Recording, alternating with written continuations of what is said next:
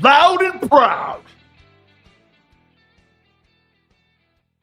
Loud and proud, my friends. Big Sills, how you doing here on this Thursday? Absolutely. Crank it up, baby. Crank it up. Football season, week 16 starts right here. I mean, folks, without a doubt, make no mistake about it here, man. It's absolutely now starting to get into the position where you're now seeing the best 4 or 5 teams in each division and each conference starting to absolutely spread their wings right now and telling you which teams are the best teams in football right now. And you're seeing that with Eagles, Detroit, the Packers, and most likely Minnesota. By the way, we start the program off with bet sales, and we are powered by our great friends at BetUS. Do me a favor, my friends. Please hit that like button. You have absolutely been awesome. Super chats go to the top. Quite a football game this weekend. A very interesting football game, too, for the Eagles. That will be the Redskins versus the Eagles on Sunday. We're going to take a look at some of the comparisons. Where the advantages that I think that Washington might have over Philadelphia, there's no question about it. The best roster heading into that game on Sunday resides in Philadelphia. So, Big Sills, what up, my man? How you doing, my friend? Thank you very much. Member for 2 months. Shit, you've been a member since day one, my friends. Since day one, you have been. Look at James Jones coming in here, man. Sills, 21-17, Redskins. How you doing? There you go. All good. I like it. I like it. All right. By the way, I would like to tip this off with this. So I just took a look at the latest numbers for the Pro Bowl. And I was looking at all the Pro Bowl guys that are on the NFC side in the leading vote getters for the Pro Bowl. You know, media people, fans get a chance to vote for this as well. And I was just curious. So, by the way, Eagle fans, 52 days until you get to go to your Super Bowl. I hope you bought your ticket already. That'll be in New Orleans. Hit that like button. I mean, hey, I'm here for you. Okay? Okay? I'm here for you. All right? Here. So here is the quarterback that leads the charge. James Jones, are you in here? For the NFC, it is Jaden Daniels of the Washington Redskins. Right out of the top. And for the 9th time, tying Justin Herbert for the most awards of Rookie of the Week, 9. Daniels, on his birthday, covets that award, and he is now going to be your front runner to be the NFC starting quarterback in the Pro Bowl? In the Pro Bowl, wait a minute. A rookie is starting for the NFC in the Pro Bowl, and you've got Jalen Hurts? What happened?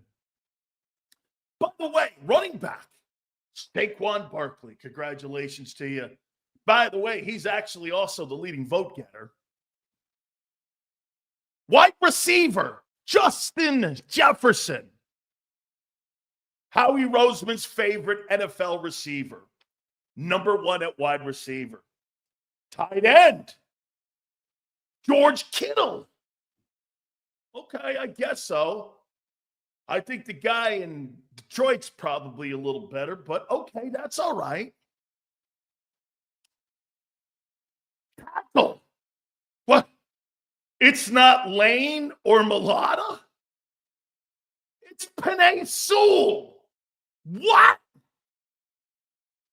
I keep hearing Xander tell me the Eagles have the best the number 1 vote getter at guard is Kevin Zeiler, Detroit. Not another Lion in the O-line? No, it can't be. Wait, Xander, Frank Ragnar. Wait a minute here. The Detroit Lions have 3 of the 5 starters in the O-line in the Pro Bowl on their roster. Interesting. Okay. That's what I'm saying too, Sills. I mean, Jaden Daniels over Jared Goff. I don't know about that one, man. I don't know about that one. Now, let's take a look at the defensive side. Eagles have the number one defense in pro football, right? I think you do. Defensive end, Nick Bosa, San Francisco 49ers. Number two, interior defensive tackle, Vita Vea, Bucks. No Jalen Carter? What happened? Vita Vea is having a better season than Jalen Carter? Huh. Outside linebacker, Andrew Van Ginkel, Minnesota Vikings? What? By the way, I didn't vote for these guys. I mean, these are the leading vote getters at their respective positions for the Pro Bowl. Okay, I mean, I'm not, these aren't mine. This is not who I would select. Okay? Brian Murphy, cornerback. Wait a minute. This isn't a rookie guy, right, from Minnesota. That's a veteran guy, not Brian Murphy, the Texas D lineman that's up in, I think, Seattle. So Brian Murphy, Minnesota Vikings, cornerback. Okay? Brian Branch, just another Lion, safety. Kirby Joseph, the other safety? I thought the Eagles had the best secondary. I thought you told me the Eagles have the best secondary and the best O-line. The front runners for the Pro Bowl, but got both their safeties that are going to be starting in the Pro Bowl. Damn! What is going on here? Wait a minute. I didn't vote. Don't get mad at Big Sills over this. I'm talking about individual performances here. Okay? Nobody's debating your fucking team's good. Nobody's debating that. I'm talking about individual performances. And people, look, I'm at 1, 2, 3, 4. Shit, the Lions have 6 starters in the Pro Bowl. You got 1, Barkley. Whoa! Unbelievable. How about them Lions? Holy cow. By the way, on the program today, Xander Kraus will join us at 3:30. Jason Cole at 4:30. And we will have Giant legend Phil Simms on with us. WFAN's Phil Simms will be with us at 5:30. I'll ask him flat out of the gate. How are the Giants taking Saquon Barkley doing what he's doing right now with the Eagles? Pro Bowl's a joke. All pros a real award. And the Pro Bowl also has player incentives, Nick, just in case you didn't know. If you make the Pro Bowl, you make a ton of money in player incentive, okay? So it may not seem shit to you, but it means everything to the players, too. If you're named to the Pro Bowl, you get a $400,000 bonus in most cases. So it does matter to people. People are so stupid with that. Well, the all-pro team. Now, dude, well, you're not going to be – if you can't put guys on the NFC Pro Bowl, you ain't putting guys on the all-pro team. If that was the best Jalen has on Sunday, he's not that good of a quarterback. He was 22nd in the league in passing yards on Sunday. Dude, don't get it going, 304. What? I mean, wait, so the safety position, individual achievements. And by the way, you guys want to talk about a 10-game win streak? Detroit right now has home field advantage. You don't. Okay. You want to talk about records? Detroit right now is the number 1 seed. So you can talk to shit all you want about your 10-game win streak, and it hasn't been enough to take out Detroit yet. You've won 10 ball games in a row. You're 12-2, and you're still not good enough to have home field yet. A lot of footballs will be played, no doubt. Minnesota and Detroit have to play each other at the final game of the year, no doubt. But all that winning has not resulted. You still could be sitting in a two-hole. Okay? That is pretty interesting there, man. Oh, I forgot to say it. There's two players. Zach Bond is on that list. My bad. Zach Bond is inside linebacker. Okay? He is on that list. So you got two guys on the Pro Bowl. Zach Bond and Saquon Barkley. Okay? So I want to make it fair here. I forgot about that. I apologize. I'm on Aaron Rodgers' side against Ryan Clark. Fuck Ryan Clark. He's just picking a guy and going after a guy who's had a bad year, and he's 42 years old. Who cares? Ryan Clark. Dude, honestly, Aaron Rodgers is low-hanging fruit. Dude, he's past his day. You're going to go at it's like fucking taking shots at LeBron now. Why would you take shots at a guy who's got a legendary career? So you're going to take shots at Aaron Rodgers now. You notice I don't even really bring him up. It's time to move on. It's time to move on. I mean, go move on. Move on to another guy here. Aaron Rodgers, the only reason he's doing that is because it's a New York market and he wants to get Jet fans all pissed off and he wants to be on the side of the wokesters. That's all it is. Ryan Clark. Who the fuck is that? Big deal. Going after Aaron Rodgers, who is not relevant this year, and the Jets aren't. Hey, congratulations to you, son. Hope it works out for you. Way to go. I talk about Jalen Hurts, who's got a 12-2 football team and has a 10-game win streak and has had one great game this year. That's my conversation.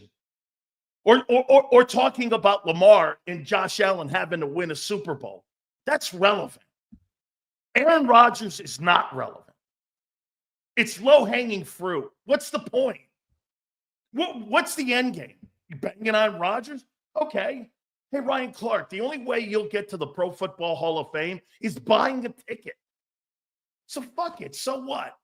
He's an idiot, man. And I don't even really like bringing him up because this content is awful. I mean, ESPN content is awful outside of Pat McAfee and Game Day. The rest of that shit, no wonder they've lost 22 million viewers. We're gaining viewers. They're losing viewers. Incredible. He was 22nd in air yards, I mistyped it. 304. I know, get this. Everyone in Philadelphia said that he had a spectacular game. You know why? That's a normal game to Allen. I mean, look at this. Hey, 304, just so you know. Here's another one for you, okay? The worst year that Patrick Mahomes is having right now passing the ball, he's 13-1. His worst year is still better than everybody in the league. That shows you his greatness. What it do, chat? I love this guy, man. He won himself a jersey. Absolutely, man. Hey, yes, sir, baby. Yeah. Hey, you've won 10 ball games. Now, look, I'll be fair to you. I will be fair to you. I think you're in the best position. Okay? I think you're in the best position to win home field. I do think that. Hit that like button, guys. I appreciate it. I do. I think you're in the best position. I think this Sunday is your true last test. Okay? You got the better roster. And I've already buried the lead. I'll tell you right now, I'm not picking against the Eagles against Washington. As good as I think that they picked it back up and started playing a little bit, I'm not picking against them. The defense is playing too good a football. Now, Hurts can walk backwards because Hurts has been one of the things that's not been consistent this year. The rest of it, the run game has been consistent. Watch. Here's facts. Run game's been consistent. The defense has been consistent. The offensive line has been consistent. Hurts is the only one. And I know everybody says, well, they kept him in a garage for 15 weeks, paying them $50 million along with the other $50 million receivers. And they brought it out when they needed it. I'm sure Jeffrey Lurie and the owner and the ownership group and everybody in the front office, that's exactly what you do when you pay people. You put them away. You don't really use them. You don't really need them. And you bring them out when you need them. That's fucking asinine. You pay players and great players because they perform every Sunday for you. You don't bring them out when you need them. This isn't a 1963 split window coupe Corvette that you just bring out when you need. It's the stupidest talk you can possibly bring. Great players play great every week, not when they need them. Just bring out Patrick Mahomes when he really needs to be brought out. That's so fucking dumb. You can't have a dumber take. Well, they could have did this all. That's not true. That's not true. It's the worst take on the planet. There's a reason you pay those guys that money. Okay? There's a reason. Not to bring them out when you need it. Hey, special occasion, my Rolex. That's not fucking how that works. Man, you can't be dumber. All right. We're going to head into a topic here. Guys, do me a favor. Please hit the like button. Get this. Once again, like I told you, the lowest paid guy in the offensive huddle has been the star of your team. What do you make of that? The lowest paid guy has been the MVP of your team this year. Between your skill, maybe even your O-line. Mulata makes 25. Lane makes 28. Hurts makes 50. Landon just got a $20 million deal. The tight end makes 50. Wide receiver makes 35. And the other guy makes 25. Lowest paid guy as a skilled player has been the best player in your huddle. Okay? The best player in the huddle has been the cheapest guy in the huddle. And by the way, kudos to Howie on this. Got to give it to him. He improved your offense with a free agent. He made your team better with a free agent, not the players you had in the room. Why do we keep using air yards to define a quarterback's performance? Golf had how many yards and lost? God, let's just use bad metrics to push the goalpost. I'll tell you one more time, Christopher, it's not pushing the fucking goalpost, you dummy. NFL players are paid not on wins. They are paid on production. Last year, you weren't paid, if you're A.J. Brown, on wins. You were paid because you had 1,500 yards. That's why you were paid. Trevor Lawrence was paid $55 million, not because of wins, but because of numbers. Kyler Murray, Justin Herbert, Joe Burrow, Josh Allen, they're not paid on wins. Nobody in the NFL is paid on wins. You're paid on production. Because everyone knows every year is a different metric. Not every player has the riches that Jalen has. That's not a rip on Jalen. There's no other quarterback in pro football that has the riches. And again, it's not a rip. It's a fact. Jalen's path to the Super Bowl will have to go through Brian Flores, Todd Bowles. Not looking good for him. I wouldn't say that. Trevor Lawrence sucks. That's not the fucking point, whether he sucks or not. That's not the point. I didn't say Trevor Lawrence was great. That should tell you even more to your answer. You're not paid on wins. You're not paid on Super Bowl wins. You're paid because you put your team in a position year to year because you can carry your football team. Okay? Let me ask you something here. Just, now that you said this, let me ask you this. And again, I know this is about 3 years from now. Would you make Jalen Hurts the highest paid quarterback in the NFL today? Would you? By the way, Christopher, I appreciate this. Thank you so much. His stats are god-awful. You're speaking out of hind end. Really, his stats are awful. He got $55 million. How am I speaking out of my ass? He got $55 fucking million. How am I speaking out of my ass? Name me one quarterback, except maybe your guy, that was paid on wins. Because it ain't numbers. Would you give Jalen Hurts more than Dak Prescott and pay him $65 million if his contract was up at the end of the year? How many people would pay Jalen Hurts $65 million? Would you pay him $65 million? Jalen Hurts. And again, this is a hypothetical. Would you pay him $65 million?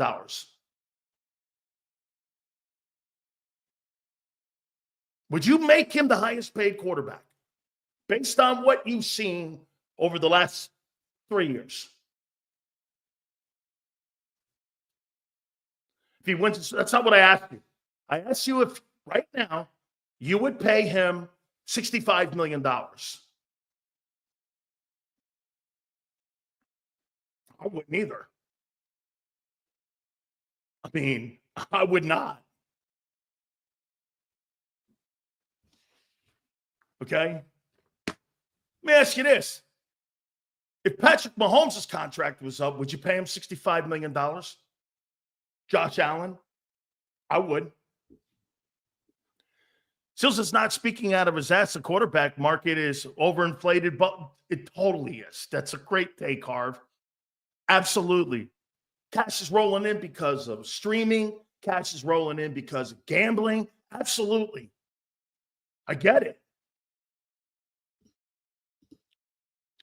Get to Lombardi, and I'd give Jalen a blank check. I get your argument, but quarterbacks are going to make this money. Trevor Lawrence has had some passing seasons, but his best. I'm not debating that with you, Christopher. Christopher, I'm not debating. I wouldn't pay him that money. I would not pay him that money. I would not have given Trevor Lawrence $55 million when I know this. Hey, you guys want to hear? Who said that because of the marketplace? There you go, Harv. You want to hear something absolutely insane? How about this one, Xander? This goes to Xander's SEC. Are you ready? Every single starting quarterback in the Southeastern Conference makes more money than Brock Purdy. Here, listen to me again. Every starting quarterback makes more money annually than Brock Purdy. The money is going to continue to go up in the NFL. Okay? You got a quarterback, that guy Diego, whatever his name is, at Vanderbilt, he makes more than Brock Purdy. Shit, if I'm a college kid today, why the fuck would I leave when I know I'm not going to have a chance to play in the National Football League and make that money or be a first rounder? I'm staying at Vanderbilt. The money in the NFL, are you overpaying? Absolutely.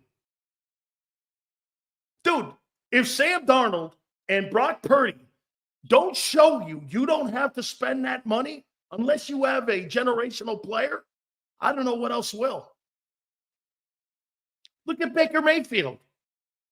Baker Mayfield makes $35 million a year, and in the last 2 years, he's completely been anything, and he's beaten your boy Hurts. He's outplayed Jalen 5 times. By 5 times, he's outplayed him. And he makes $35 million. He's on his 3rd team or 4th team, whatever it is. If those guys don't show you that the quarterback market is oversaturated with money and expectations, nothing else will.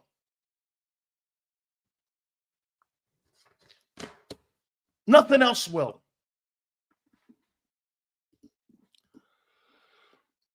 There needs to be a rebalancing in this pay structure. You know what? No, because the NFL Players Association would not allow that. Would not. Every single starting quarterback in the Southeastern Conference makes more money than the defending NFC champion starting quarterback, Brock Purdy. All right. Do me a favor, guys. Please hit the like button. Give me a total where we are right now. We're almost at the first 30, and I appreciate you guys coming aboard. Don't forget Phil Sims at 5:30, Jason Cole at 4:30. Xander will come aboard with us at 3:30. Hit that like button. All supers go to the top. I appreciate it. Senor says that Brock Purdy needs a new agent. No. Brock Purdy was the last player taken in the draft. That's the money you get when you're at the last player paid. And there's requirements and restrictions on what you can pay players. This coming offseason was going to be the first time that San Francisco will address Brock Purdy to some extent on raising his pay. Other than that, it's what you are when you're drafted. Brock Purdy was not only a 7th rounder, he was the last player drafted. He would have had a better opportunity if he had signed as a free agent to make more money. Do you know that? Do you realize that? All right. Let's do something here. Nick Sirianni. At the end of the 2025 season, end of next year, Nick Sirianni's contract will be up. Which would mean this. If you restructure and give him a contract extension this offseason, you will not make him a lame duck coach heading into 2025. He'd be in the same position, theoretically, as Mike McCarthy. I mean, Hurts is 45-19 as a starter. I've watched way worse production quarterbacks get paid stupid money, and the franchise just can't win. It's because they don't have a good team around them, Christopher.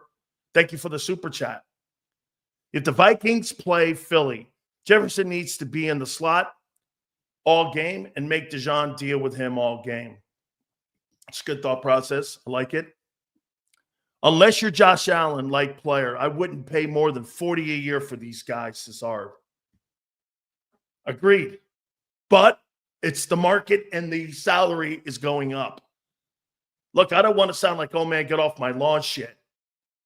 But, I mean, that and is going to only continue to go up. And so is the wide receiver money. All right. So let me ask you this about Sirianni. Do you feel comfortable now? You know, listen to Xander, John, WIP. They're not in the minority. It's now becoming the majority. 97.5. The Inquirer. Philadelphia sports fans. You give Nick Sirianni a contract extension this offseason so you don't make him a lame duck coach heading into 2025. Oh, man, Slay shut down Jefferson. That was 2 years ago. He's not the same player. Q may actually struggle with him. We'll see, especially in that zone. Do you give Nick Sirianni a contract extension? I want to show you something, too. Sirianni right now makes between $7 and $8 million a year. And here, Kirby Smart at Georgia makes $14.2. Dabo Swinney makes $12.3. Steve Sarkisian makes $11 million. Lincoln Riley makes $11 million. Ryan Day makes $11 million. Even the guy Kirk Ferentz, who's in the top 25, makes $9 million a year. This guy makes as much or it's sometimes less than college coaches. He's not one of the higher paid guys. That's not a lucrative job, is what I'm telling you, being the Eagle head coach. You know why? Because they don't look at it. For a guy who has won 3 years in a row and put a team in the Super Bowl and put a team in the playoffs every year and heading that way again, for the Eagles not to address his contract tells you all you need to know on how they look at the head coaching position. It's not a reflection of Nick. It's the reflection of the position of head coach at Philly. They don't covet it as an important asset. They don't have a problem extending 2 years out A.J. Brown.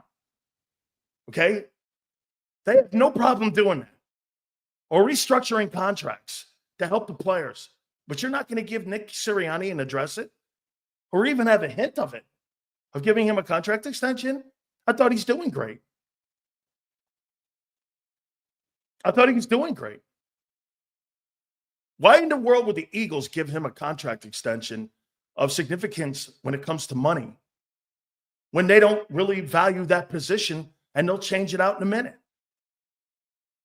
Doug Peterson, Andy Reid, no matter who it is. How do you think they look at that? And him financially. You would think a guy that is 12-2 on his way to 15-2. Do you understand something here? My problem right now is that if you guys are so high on Nick, is the organization high on him? So in the 4 years, he's going to have 2 14-plus win teams, and you don't address that? Really? What would the Jets pay him? What do you think the Jets would pay a guy who's won 14 games, 2 of the last 3 years? I see them paying Sirianni regardless this offseason. Eagle Brass loves to. You can tell they run the show. The way Sirianni keeps the team winning, he deserves it, unless something crazy happens. Whoa. What do you mean unless something crazy happens? Shit, if you listen to John McMullen, whether or not they win the Super Bowl or not, it's going to be a great year for them. Whoa, don't go there. John's a beat writer. I've heard him say that numerous times. To some people in Philly, especially people that cover it, winning the Super Bowl is not the ultimate coveted that when it comes to whether or not they had a good year or not. That's not the metric. And I wonder if that's the metric for the Eagles. Would you pay him $20 million? Hey, somebody do me a favor in here. Flexen or somebody. Guys, hey, Bob, tell me this right now. I think the highest paid coach in the NFL right now is either Andy Reid or Sean Payton at $20 million. Now that Belichick is out of the building. I think Shanahan's up there too at $16 million. What's Shanahan done that Nick hasn't done? Do me a favor. Somebody tell me how much Kyle Shanahan's done. Or Kyle Shanahan. Now, Kyle Shanahan's gone to 2 Super Bowls. Okay, so I got to be a little fair there. Sean McVay. Okay. Bill was the highest paid. He made 22, I believe. Okay. Would you, here, let's do this. Would you extend him in the offseason and pay him? Kyle makes $23 million. Would you make him one of the highest paid head coaches in the NFL? Yes or no?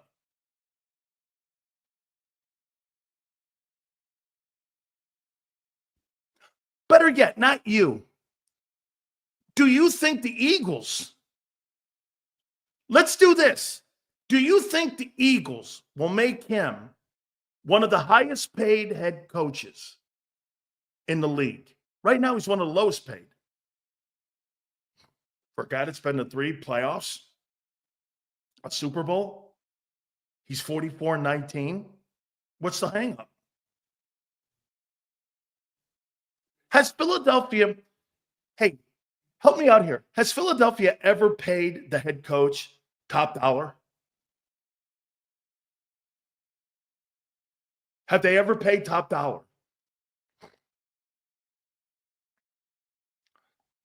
Got to remember something. If Howie and the owner pay him more, that means they're giving Nick more credit for the record than them. Remember, you got an ego front office. What I'm doing right here is showing you how much they think of him.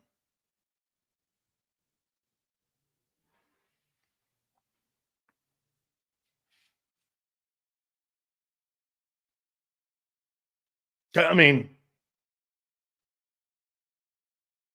right?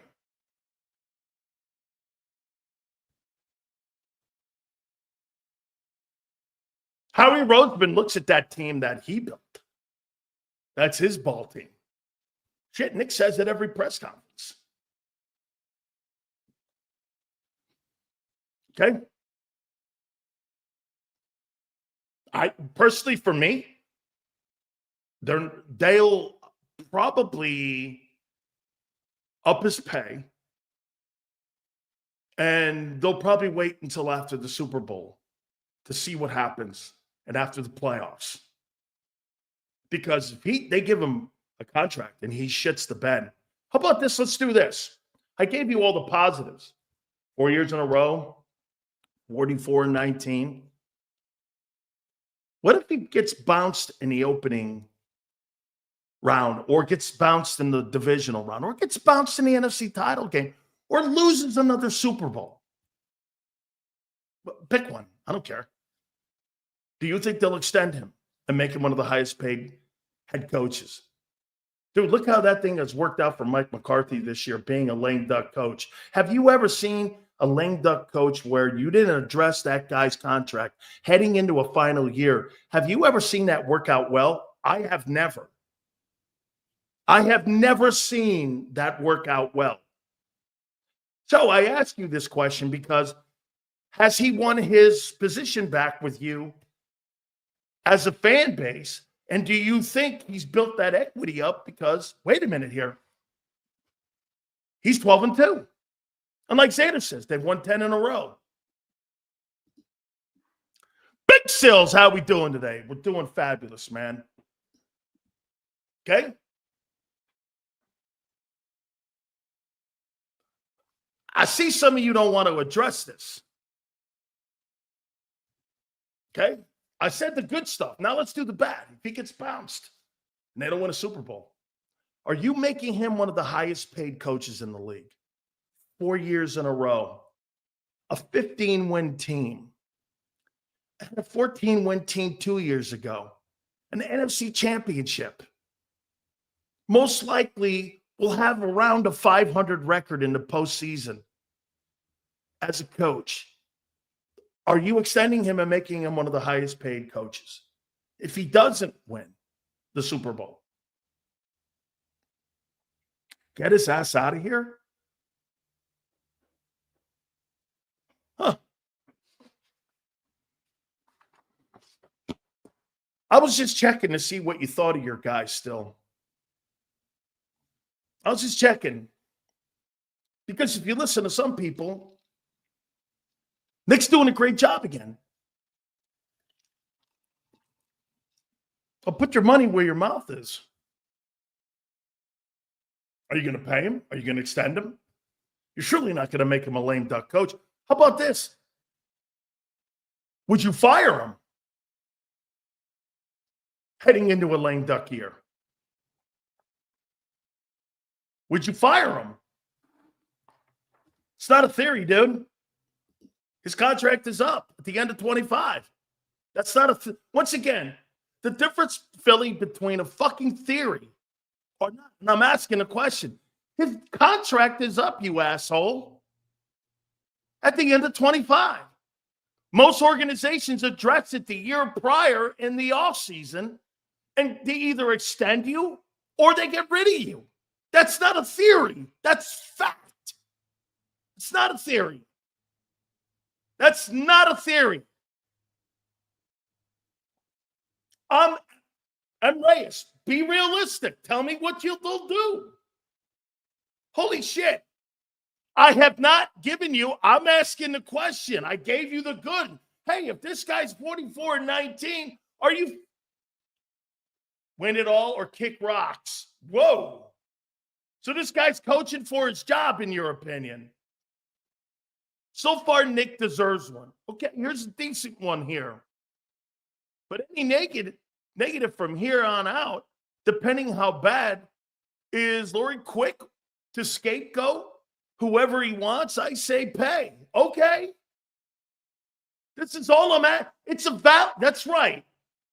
It's a valid question. Why can't we fucking address it? Your head coach is going into the offseason in the final year of his contract. 99.9% of NFL teams address coaches' contracts in a final year. That is not that's reality, guy. It's not reality. It's not reality what you're saying. It's not. Do they extend him? Yes or no? It's not fucking sky is falling. What sky is falling? He's 44-19 with a 10-game win streak, and he's 12-2. What fucking sky is falling? So just say it, Philly. You want to extend him and give him a 3-year contract and pay him the highest. Answer the fucking question. Don't tell me sky is falling. I haven't even given you an opinion. This is stupid people right here that can't fucking listen. They can't listen. Jesus criminy, it's a fucking question that they're going to have to address this offseason. Oh, by the way, how about this? How many people think they have to address this offseason? Is it some flexing? Is this a mandatory address for Howie and Jeffrey Lurie this offseason? What's it do with Nick heading into his final year? Yes or no? Would you let a fucking player go into their final year like A.J. Brown without addressing? Howie would never do that. They gave A.J. a 2-year contract extension with 2 years remaining.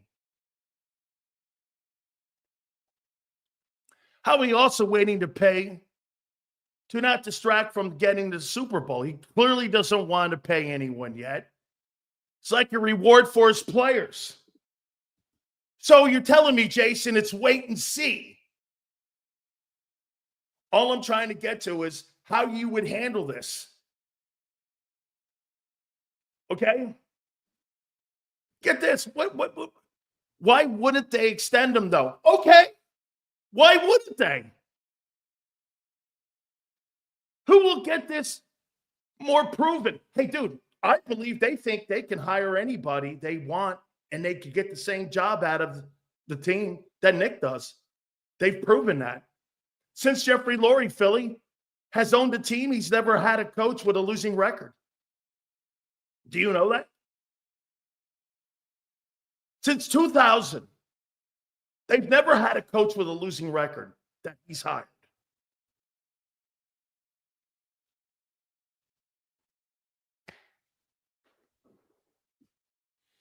Okay?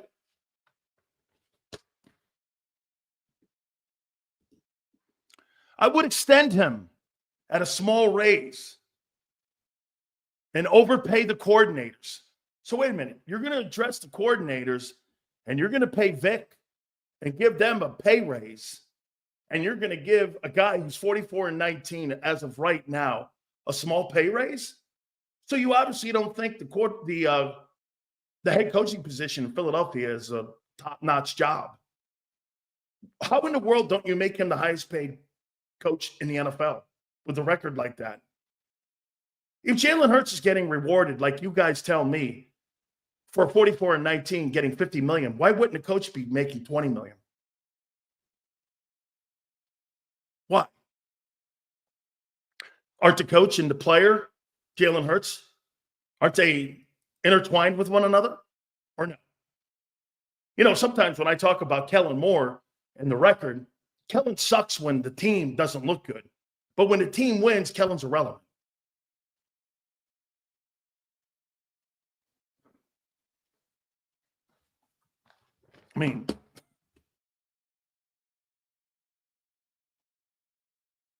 I mean, no, they do not. No. Seals, if you look at Dan Campbell with the Lions and how they benefit from being an aggressive team because having an aggressive coach, does the Eagles do the same thing with Sirianni? I think the Philadelphia Eagles are pretty aggressive. Okay, I do. Okay? Guys, it's a legitimate question that will have to be addressed. Let me ask you this. You think Nick Sirianni has deserved to be the highest paid coach in the NFL now? Let me see something here. Let's read this. Let's read this together here.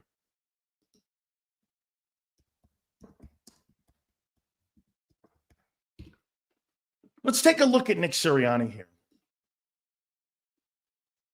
Okay?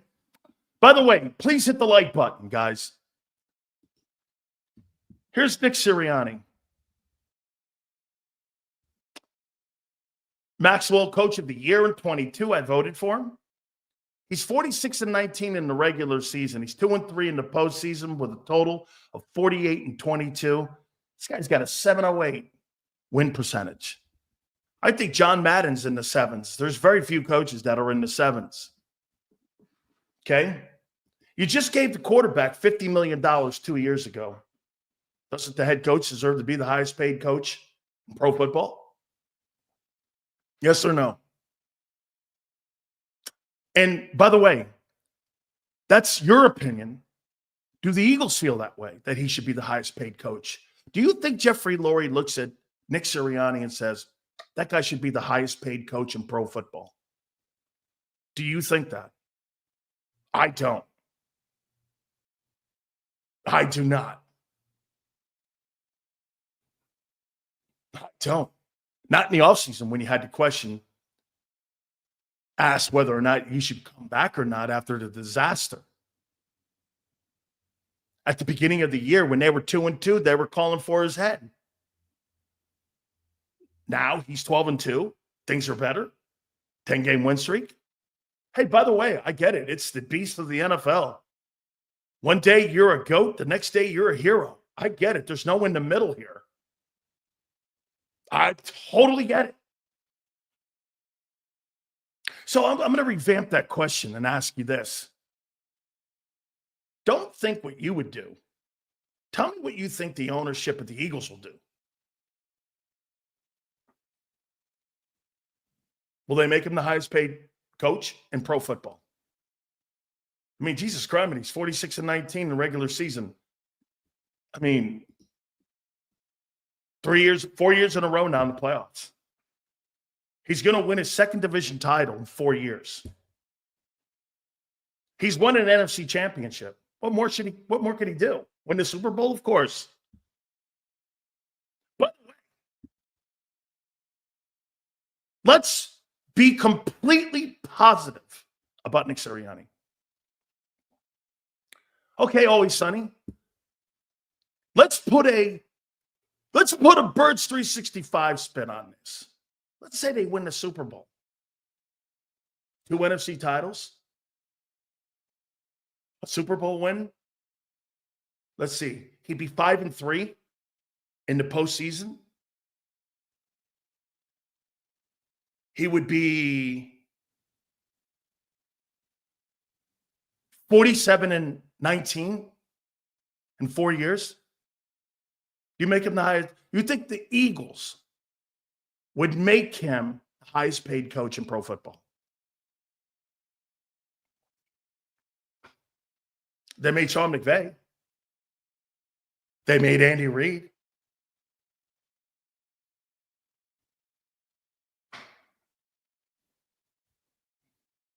Hey, I don't give up. And I shit on you. Because hey, get this.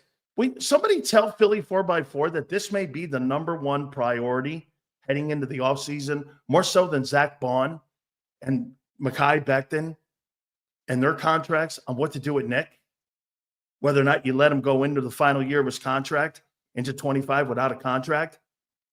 Would you tell them that? That this will probably be the number one priority over any player.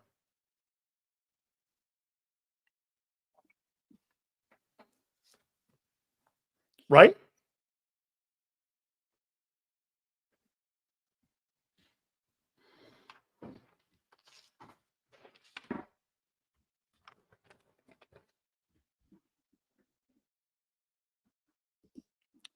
Yes, they will pay Nick as an above-average coach to make it look good, but we know it's all about the assistants and play calling coaches.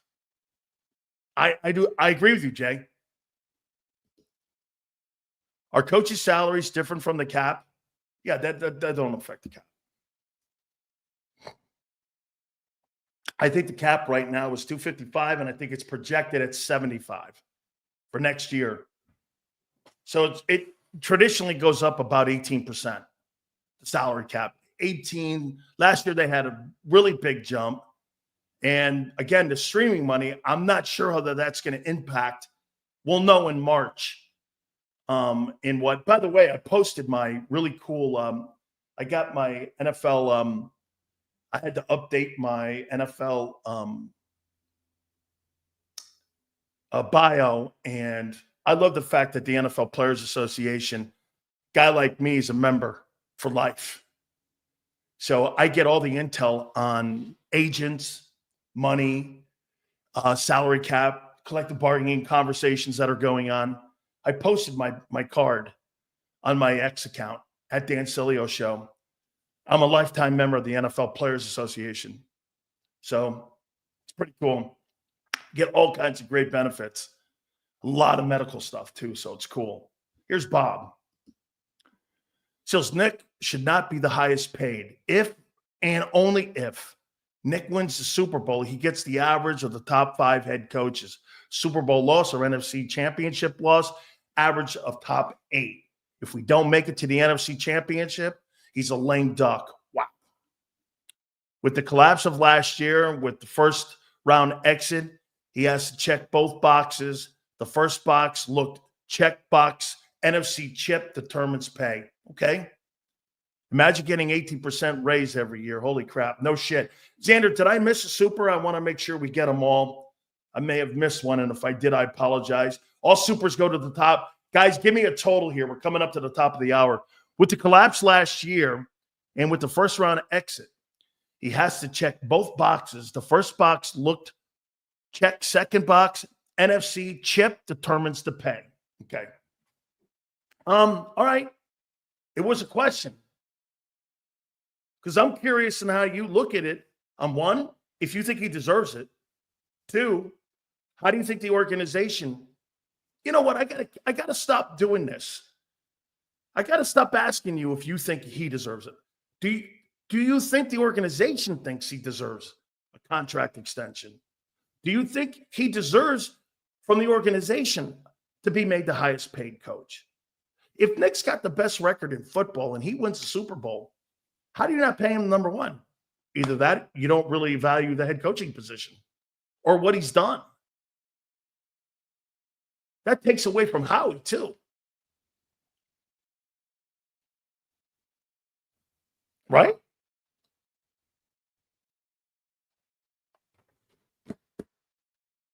And if he doesn't win it all, do you make him a top 5 paid coach? Dude, if you listen to WIP right now, Sirianni's won the hearts of the Eagle fans back. I think that's fleeting. Dude, love is fleeting. Okay? Fear is a mainstay. That's why nobody loved Bill.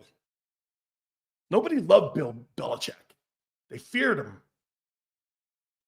Because no player was safe. Richard Seymour, Randy Moss, Tom Brady. Jimmy Garoppolo,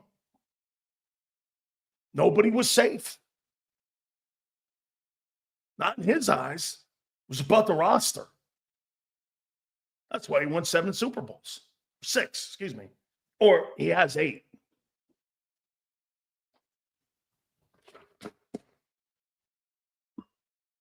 You ever notice the greatest coaches in the history of the league are feared, not loved?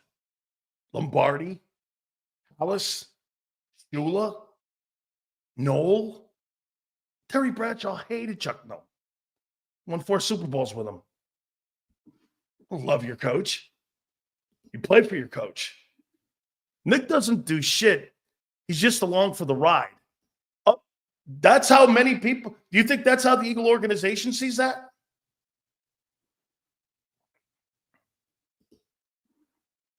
So wait, who would give Nick the benefit if he ran Barkley like Kellen did and saved the season with the defense? You? Shit, you go over to you walk down the streets of Philly, Nick. Listen to our network. Nick's doing a great job. I'm not saying he's not. 10, what is it? 10 in a row, and he's 12-2.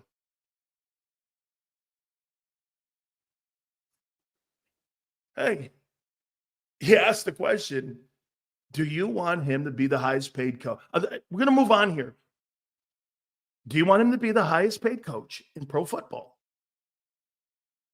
at the end of the season, whether you win a Super Bowl or not? 15-2? Like John McMullen says, it's a great season regardless if they win a Super Bowl or not. I happen to disagree with that. I think it's a colossal disappointment. I saw somebody say something about Tony Dungy. Tony Dungy completely underachieved as a head coach. And coaches said that on this program. We underachieved. We should have won more. Those are Coach Dungy's words. I'm just echoing them. How do you get the hearts of the fans again when you never had it? Reminds me of lame dudes trying to get a woman to love them. It's pathetic. That's why Nick's press conferences are pathetic. He over-explains shit because he's trying to convince you to like him. He does the stupidest shit on the planet, and he does the most asinine thing that any coach can do. He's trying to make you like him. That's why he gives you these word salad answers. You know what a great coach and a great leader does? They don't tell you shit. It's my way or the highway. It's not Howie's way. It's my way.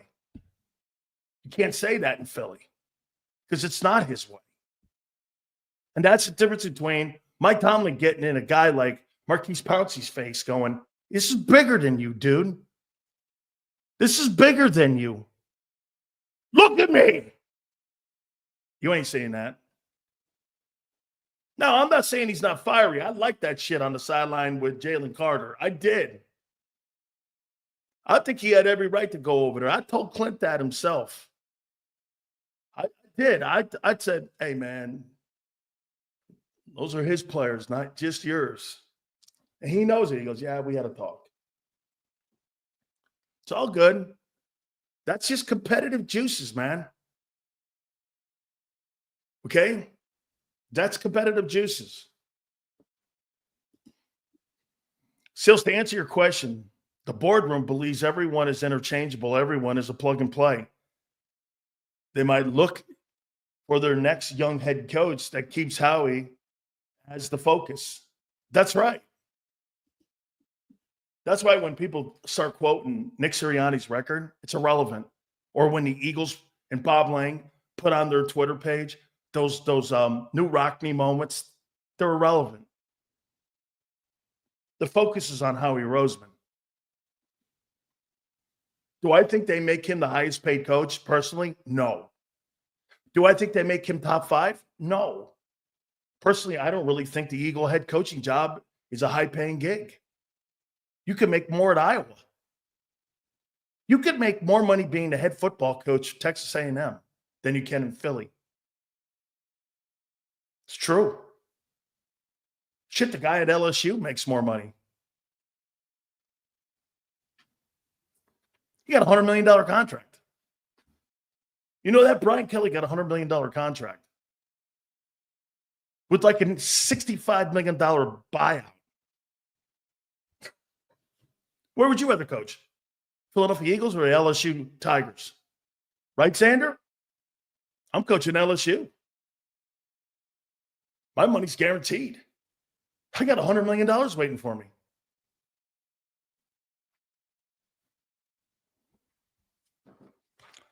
But wait a minute. That's not just an Eagle thing. But unfortunately, your job is just as important as the Jet job. You're no different than the Jets as a head coach in pay and how they think of you. There's not a chance in hell they'll make him a top 5 coach in salary. They don't look at that like that. You'd rather coach in Philly and make $7 million and Brian Kelly makes 11 and he has $100 million headed his way. What a dick. How stupid are you? Your Philly job is not a better paying job or a better job than the LSU Tigers. A&M, Florida, Alabama. The guy at Alabama makes more. And he's guaranteed more. You can have the greatest record in pro football over the last 4 years and still be paid less than the head coach at South Carolina.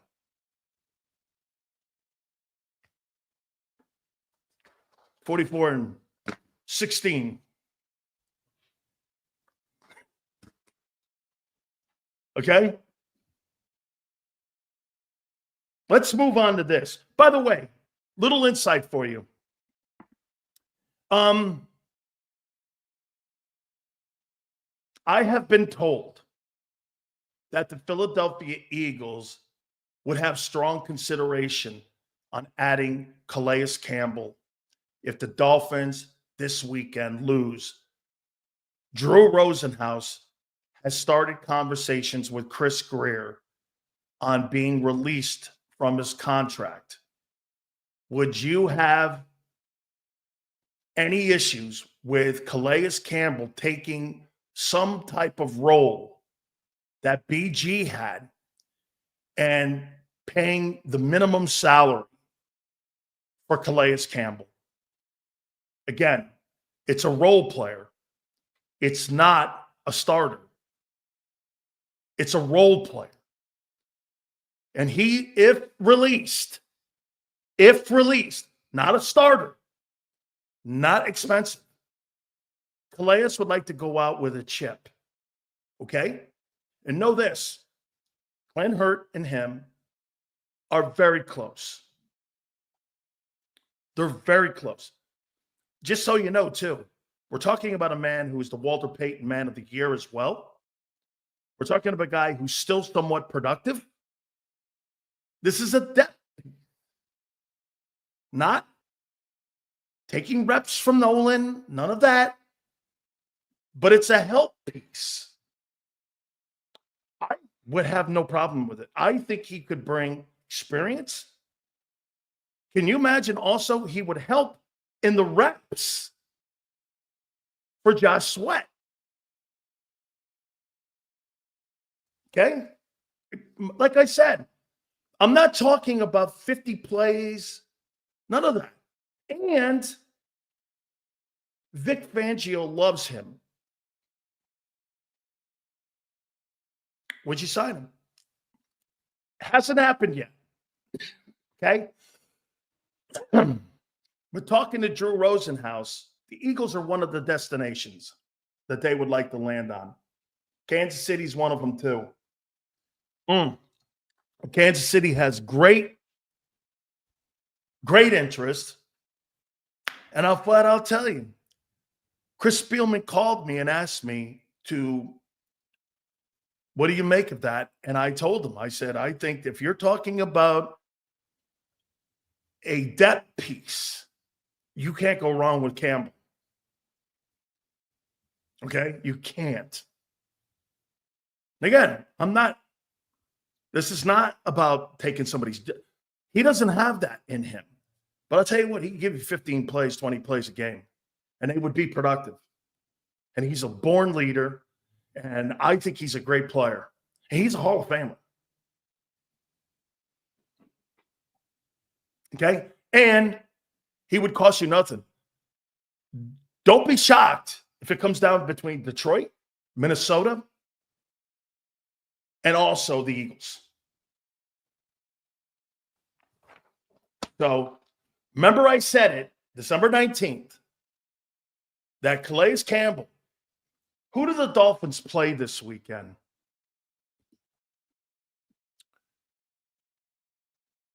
Who do they play? Is it Buffalo?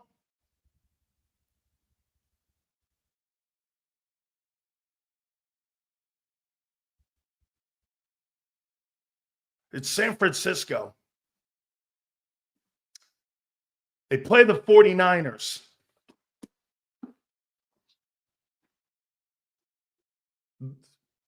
They may lose that, but it's at home. I don't know.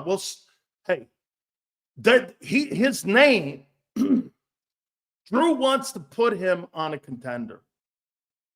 They're trying to get out of Miami right now. Now, would he clear waivers? Probably, because no one's going to sign him to the contract. I don't know what Miami signed him to. I'd have to ask Joe Rosenhaus that. Me and Drew have a really weird relationship.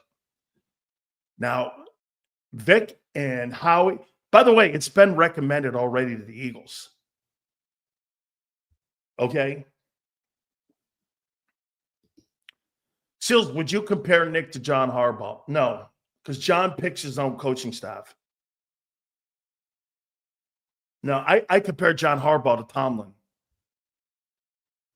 Okay? I mean, Harbaugh picked his entire coaching staff and has say in personnel with Eric DeCosta. I know that through Ozzie. Ozzie didn't pick the players without the head coach's knowledge. Okay? You know, the only player, I'll take that back, Bob, the only player that really Ozzie had to fight for was Lamar Jackson. Okay? I don't really think John wanted him. That's what I'm hearing. Again, it's not a strong take, but there weren't a lot of people that wanted him at 32. You know, that was the last nugget. Ozzie Newsome left. You know, Steve Biscotti and all them guys was Lamar Jackson. Shit, there were general managers that wanted him to play wide receiver in the NFL. He has a $1.2 million contract. He's not clearing waivers. Shit, I wish that number was higher. You could be right. The Lions will pick that up because of the loss of Aiden Hutchinson. They would pick that up in a second. And now hey, Top, this past draft, did the Lions pick in front of, because it goes like this. Here's the waiver wire. And I'll show you how the waiver wire works here. 2024 NFL draft. It's not by current standings. It's by the NFL draft. So it would go down to this. This would be the contending teams, because he would play in Philly. He wants an opportunity at playing. So with the Bears, why would the Bears sign him? The Commanders would sign him. They got the second pick in the draft. The Commanders would sign him. Arizona might sign him. Go back to Arizona. The Chargers might sign him. The Falcons could sign him. Minnesota could clearly sign him. The Rams, you're right, 1.2. The Eagles at 22. And Detroit's at 24. At least the Bucs could sign him. Stay in Florida. Yeah, 1.2 million. I don't know if he clears waivers. That's nothing. This 1.2, he makes less than Zach Bond. He's an edge piece.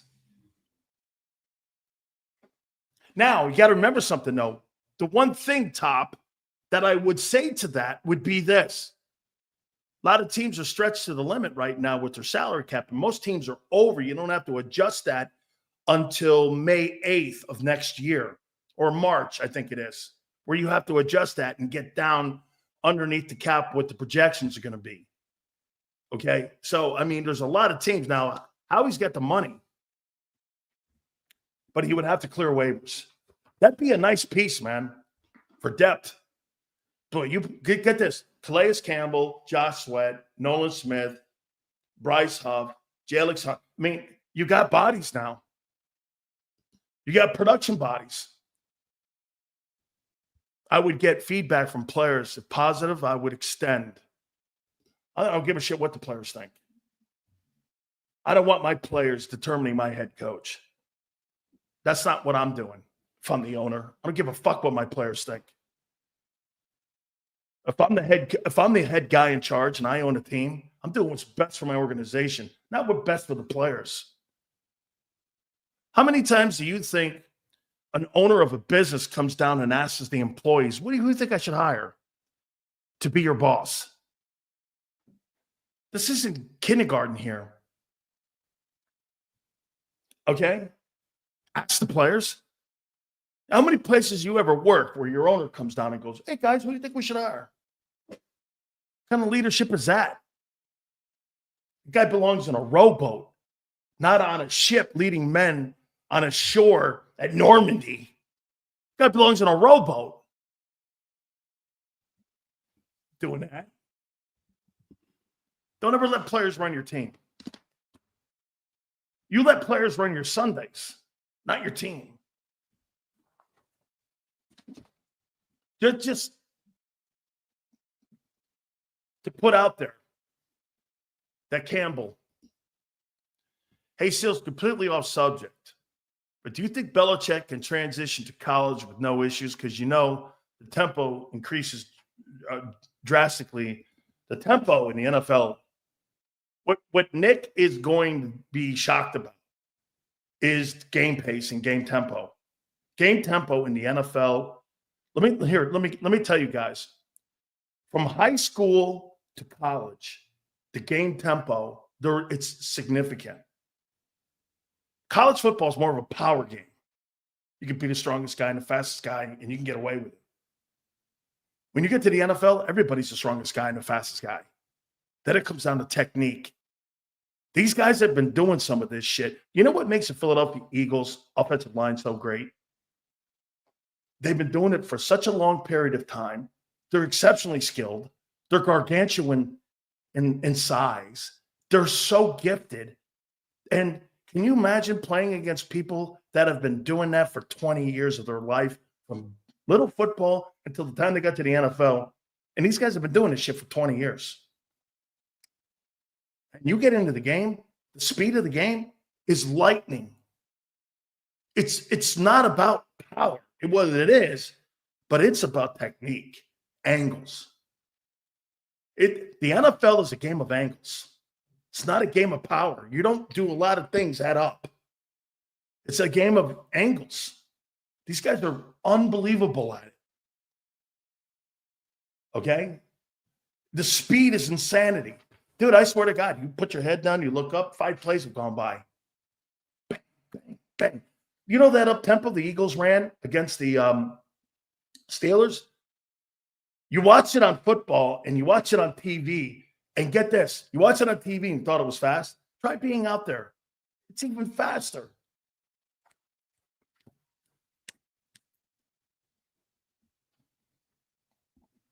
The game tempo is unreal. That's why the great coaches practice game tempo. Everything's done with a pace. Running to your water and drills. Running to drills. Every drill, game tempo. The teams that practice game tempo in practice, I can always tell that's a great team. I watched that Mike McCoy Chargers team. I went to a practice once. I couldn't believe everybody was lollygagging to a drill. And I'm like, these guys aren't going to know game tempo. They'll start slow. Sure enough, they always started slow. Okay? I mean, you can always tell teams to start slow. They don't practice game tempo. You don't want to know why the Eagles look a little sluggish sometimes? And I know, look, they got great starts and wins. That's because they're so gifted in their roster. But you know why things don't look they look a little choppy? They don't really practice. And like Vic says, those controlled scrimmages aren't real football. That's not real football. The Eagles don't play real football till week 1. I mean, like when they end the season, they won't play real football till week 1 next September. Controlled scrimmages and all that other shit. It's good. It's a metric, but that's not real football. Okay?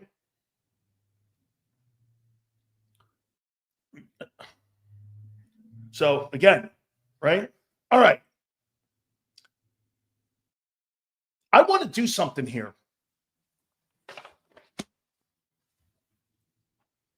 I'm going to do this.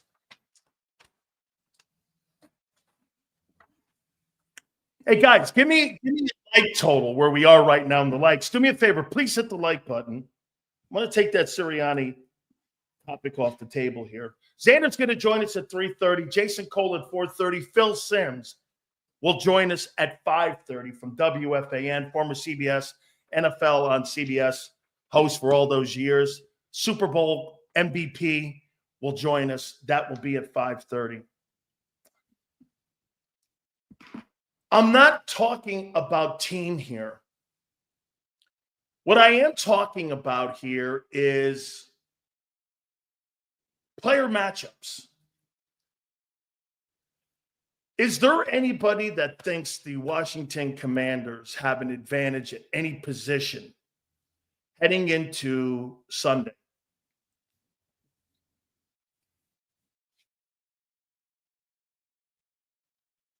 Here. Let's take a look at this.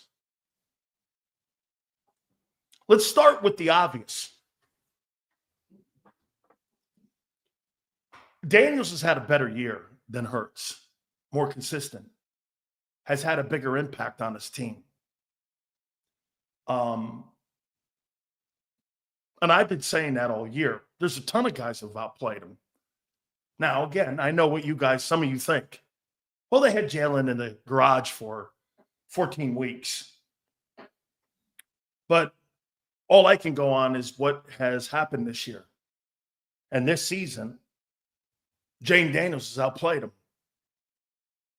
Had a better year. And this is individually now. I'm not talking about a unit. Okay, I'm not talking about a unit. I'm talking about a player for player heading into Sunday's game. What player do I think has had, okay, I mean, what player, when you're looking at these matchups this weekend, who has the advantage? Let's take a look at Daniels. Pretty good rookie stuff here, man.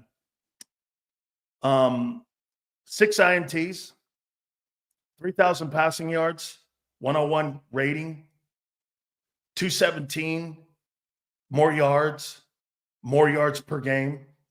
I think Jalen's got a touchdown over him in the passing game, and he's thrown more, and he's at 71% completion percentage. I mean, and he's taken a franchise that has been in the toilet for 20 plus years. And he's absolutely changed the entire culture of Washington. Okay. By the way, I think both players are compatible.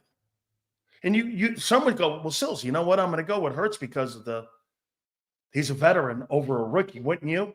Yeah. Yeah. But again, so I got to say it this way. And I hate doing this. You know I do.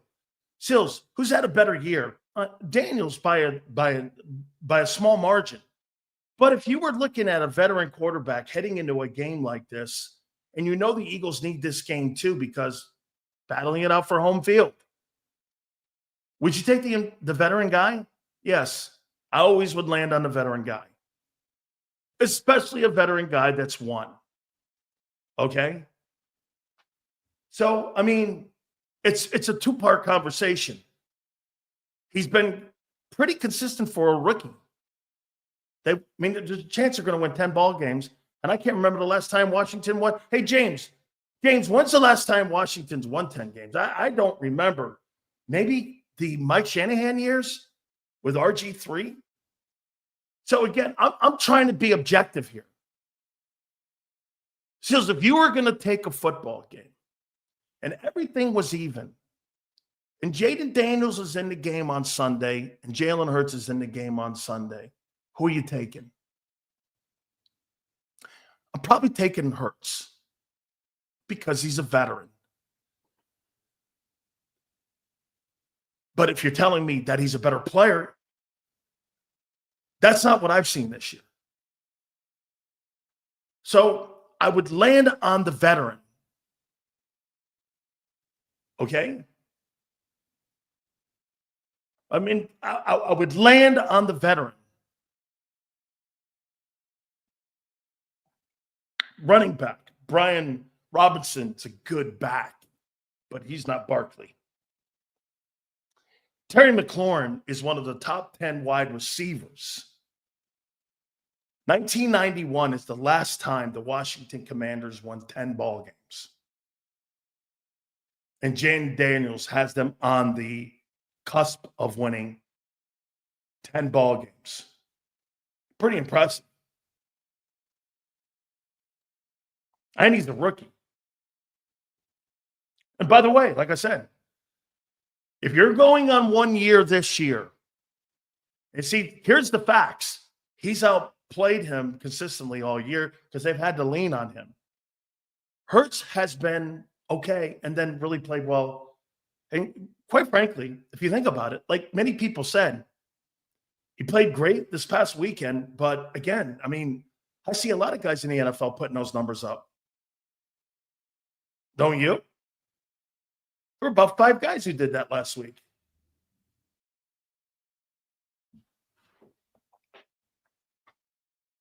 I mean,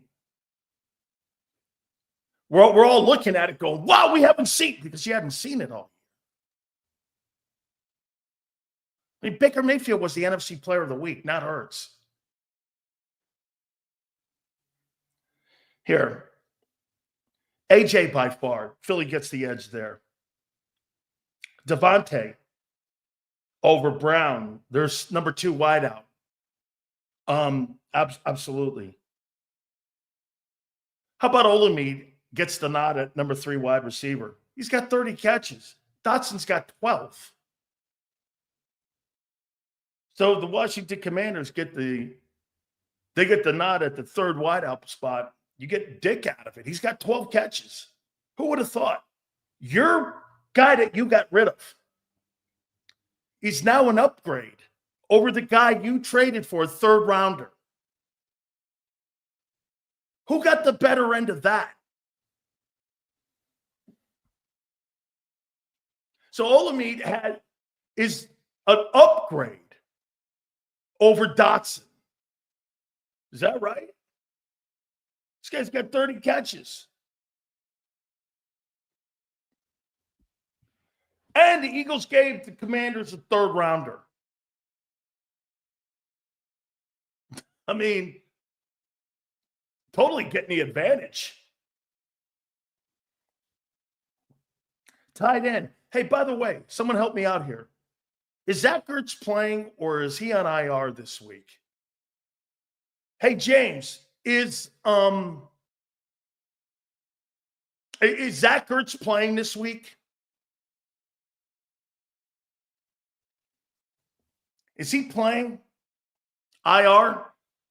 Calcaterra versus this guy, Brown, John Brown? I don't know. I mean, I'll go Calcaterra because I think Calcaterra's made some big catches this year. If Zach Ertz was playing, I'd probably give Washington, the Commanders, the edge here, but I don't know. I'll probably go Philly here with this.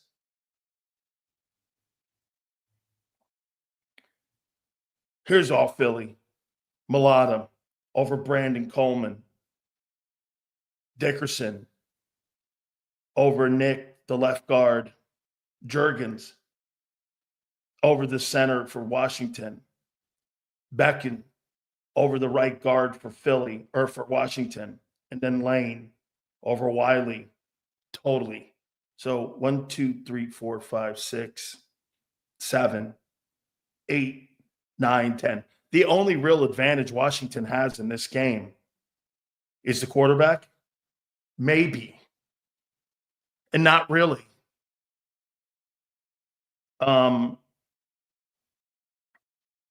The third wideout.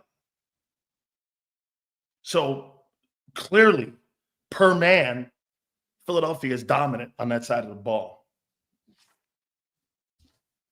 Defense. Milton Williams versus Farrell. Milton Williams.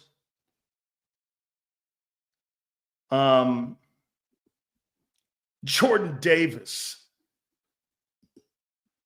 Here, Jordan Davis versus Daron Payne. I don't think so. That's not close. Washington. Jalen Carter over Newton, of course. Nolan Smith.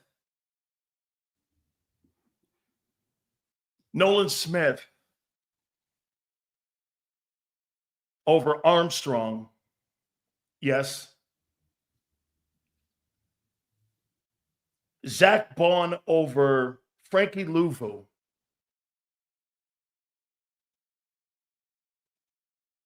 Yes. Nakobe Dean over Bobby Wagner. No fucking way. No chance. Josh Sweat over Dante Fowler. No, they're having the same year. He's got 8.5, and Sweat's got 8.5. Dante Fowler's had a great year for Washington. I mean, if you look at Dante Fowler's numbers right now, they're compatible exactly with what Josh Sweat has done. I mean, he's got 8.5 sacks, and he's got 40 tackles right now. 31 tackles, excuse me. He's got 8.5, and he's on pace for 10.5 sacks. Dante Fowler's had a really good season.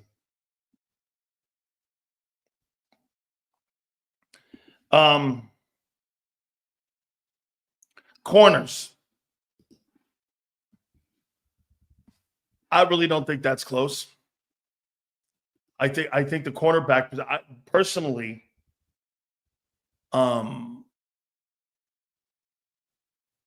I think Benjamin's a good player.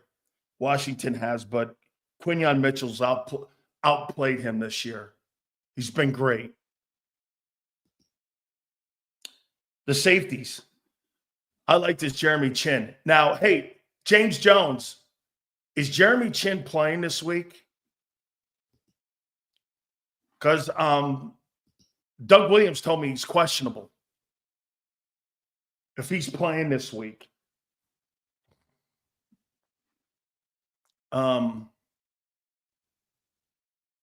Martin over Gardner Johnson.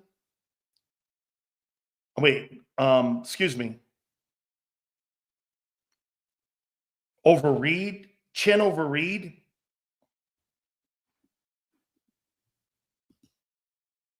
I think Reed Blankenship's had a really good year. And by the way, Quinyon Mitchell was outstanding versus Terry McLaurin in their first matchup. Okay? Ertz Chin out? Okay. Gardner Johnson. If I'm not mistaken, I think the guy's name is Quan Martin. Is that his name?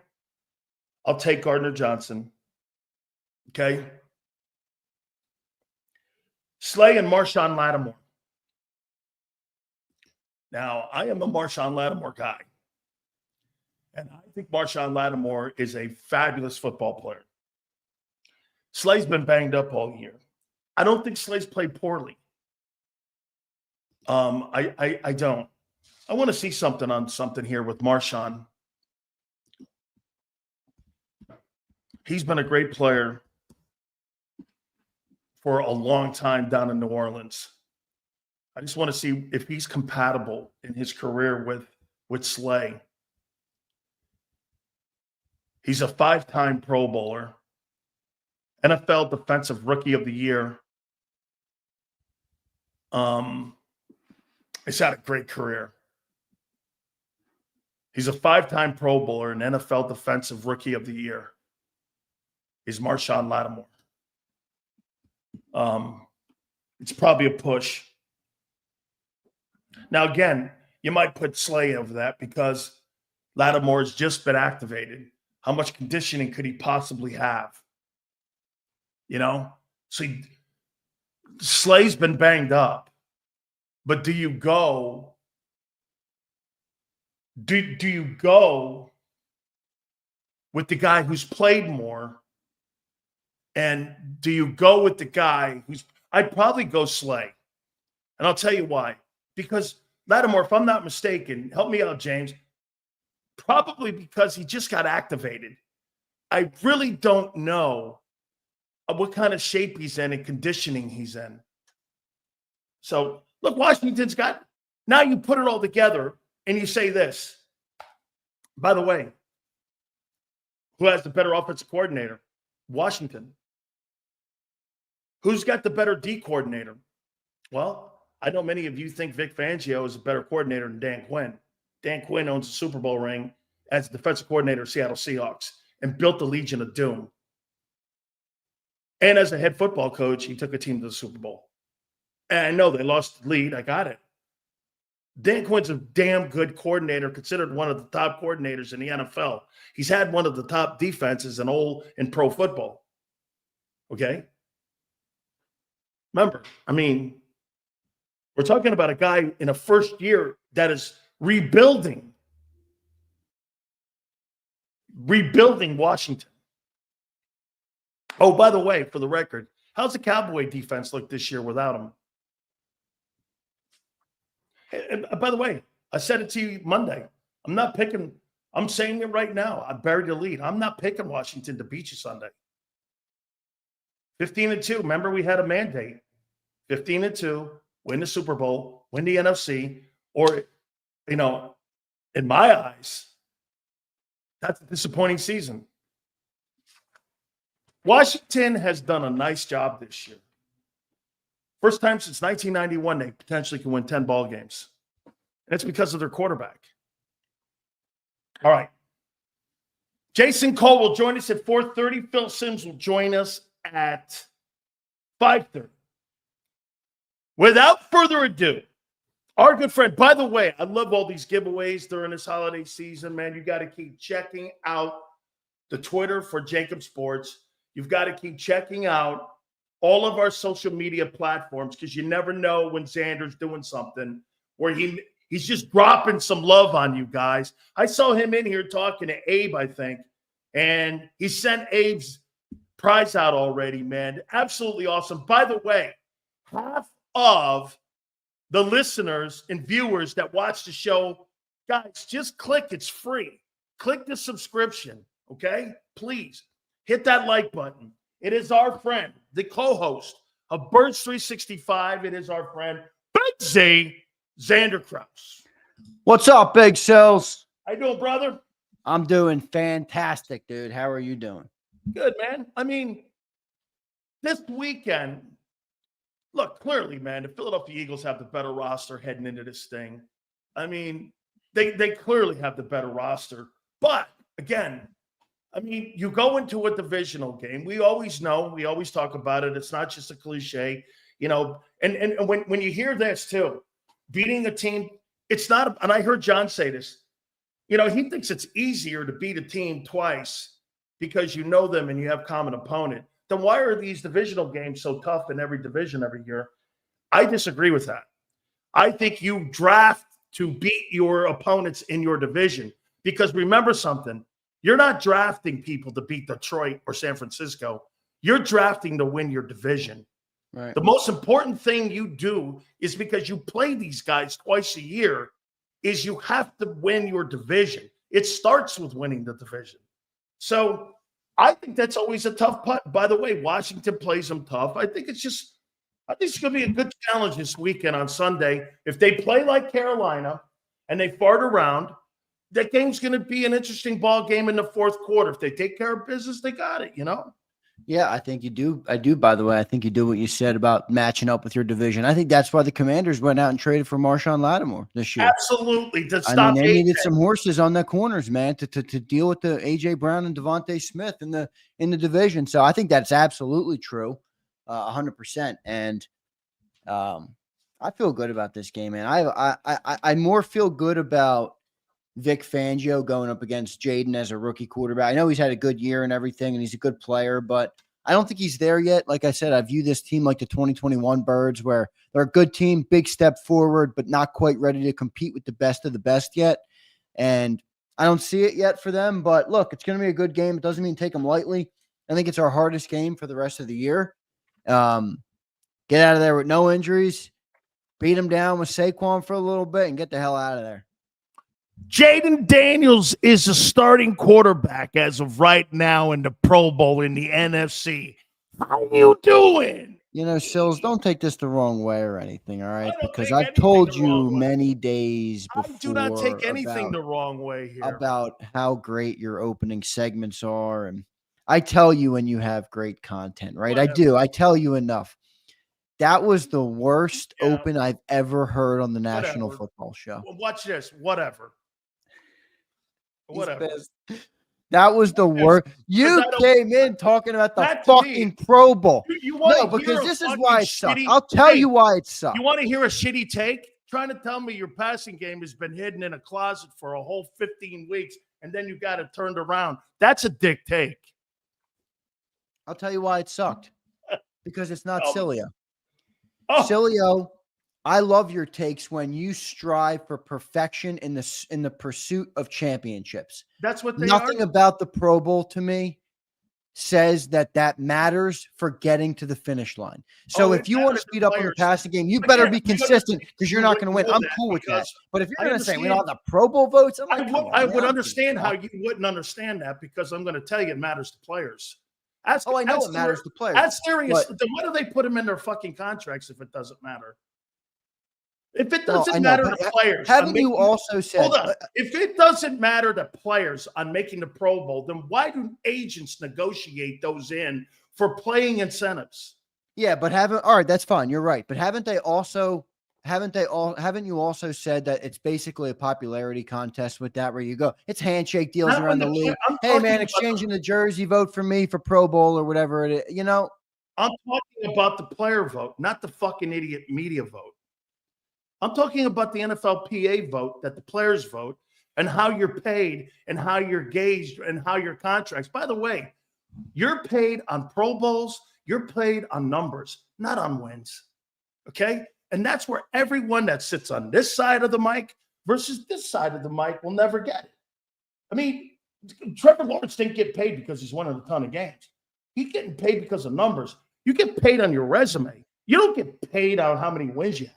Yeah, but can't we separate that from what really matters in terms of winning Super Bowls? Like, you're right. Okay, they get paid on that. It's my paycheck in the NFL. Okay, everybody's paid, so who cares? I don't care about their money. No. I see. So you think when A.J. Brown was sitting around watching all these other St. Browns and all these guys getting paid, and Howie going in there 2 years before his deal's up, going in there and elevating his contract, that didn't matter to A.J. and all right, so why does that matter? Dude, you and I are on a completely different island on what is important to players and what aren't important to players. Okay, and good. I can't change that for you. I can't. Okay, good. So now Sileo is going to tell us all that because the Eagles aren't the top in Pro Bowl voting on the offensive line, that we have something to be worried about, Eagles fan. I mean, are you fucking serious? Okay, great. Somebody wants it to line their pockets. Good. You're businessmen. I don't give a fuck. You are making so much dumb shit up right now. I've never said that. I haven't made one thing up. You just made that entire statement up. Made what up? That I said that the Eagles have something to worry about this Sunday.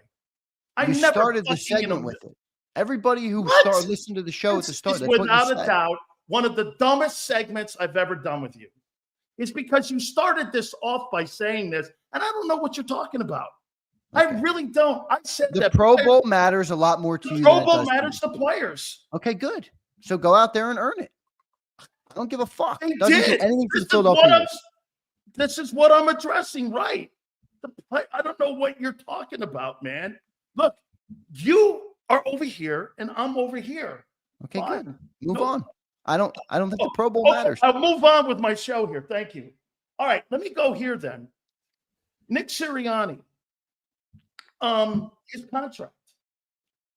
If you're the Philadelphia Eagles, do you go into this offseason, and is this the number one priority heading in, or do you go into the offseason and let him get into 2025 and have him as a lame duck coach? How important is it for the organization to address this? For Nick? Yeah. I'll get him done. They're going to extend him. I mean, he's got the winningest percentage in Eagles history. He ain't going anywhere.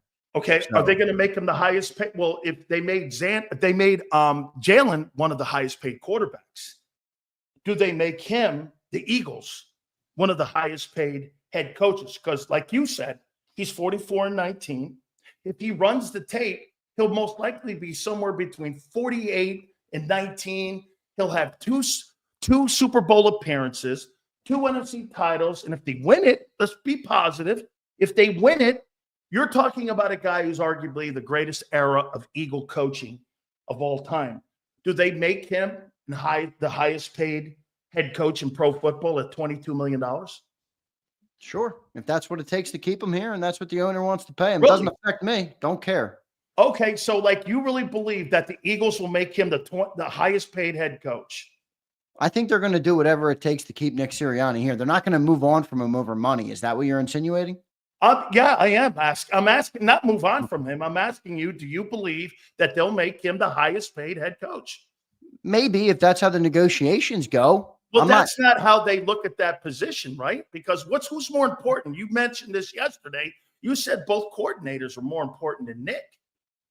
So what you're going to tell me is you're going to make a guy the highest paid head coach when the guys that are the more important coaches are Stoutland, Vic, and to some extent Kellen.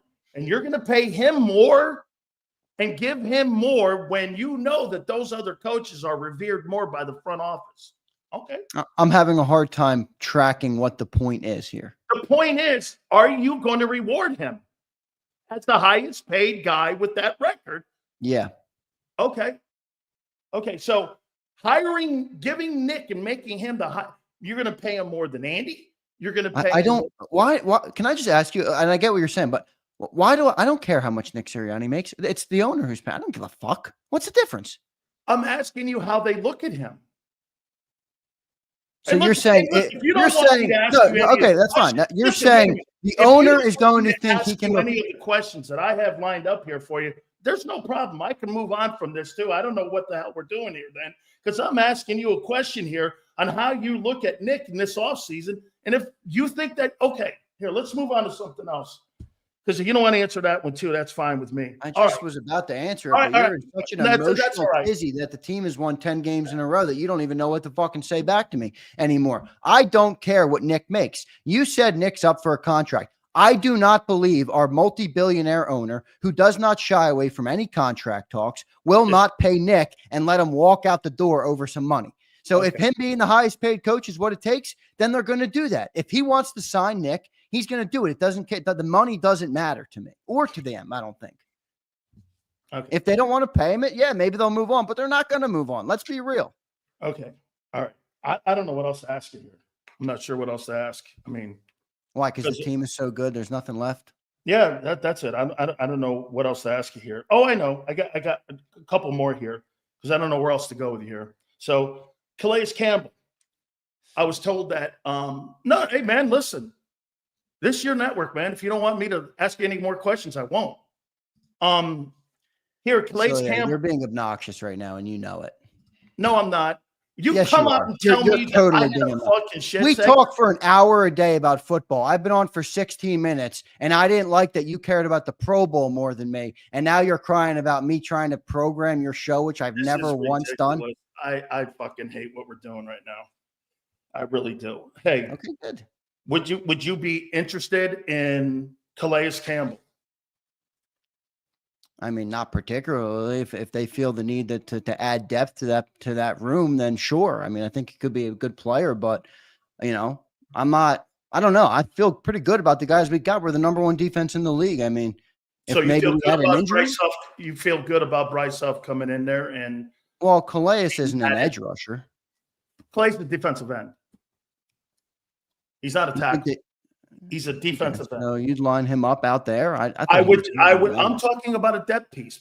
Okay, I'm not talking about anything else. I mean, I guess it wouldn't hurt, but I don't think it's in dire need at all. Okay. The MVP race. Do you believe that Saquon Barkley has to get 2105 for him to win the MVP? He's not going to win the MVP. Quite frankly, I don't think he has a chance to win the MVP. Josh Allen has had 14 touchdowns in 3 games and over 1,000 yards. I don't, you know, I love Saquon and it's great and all, but I would put all those conversations, including the Eric Dickerson record, I would shelf it. And if it happens, it happens. If it doesn't, who cares? And gear up for the playoffs. I mean, this team talks about what they're trying to go for. And they say it every week. It's not about the now or whatever. We're fighting for a bigger goal.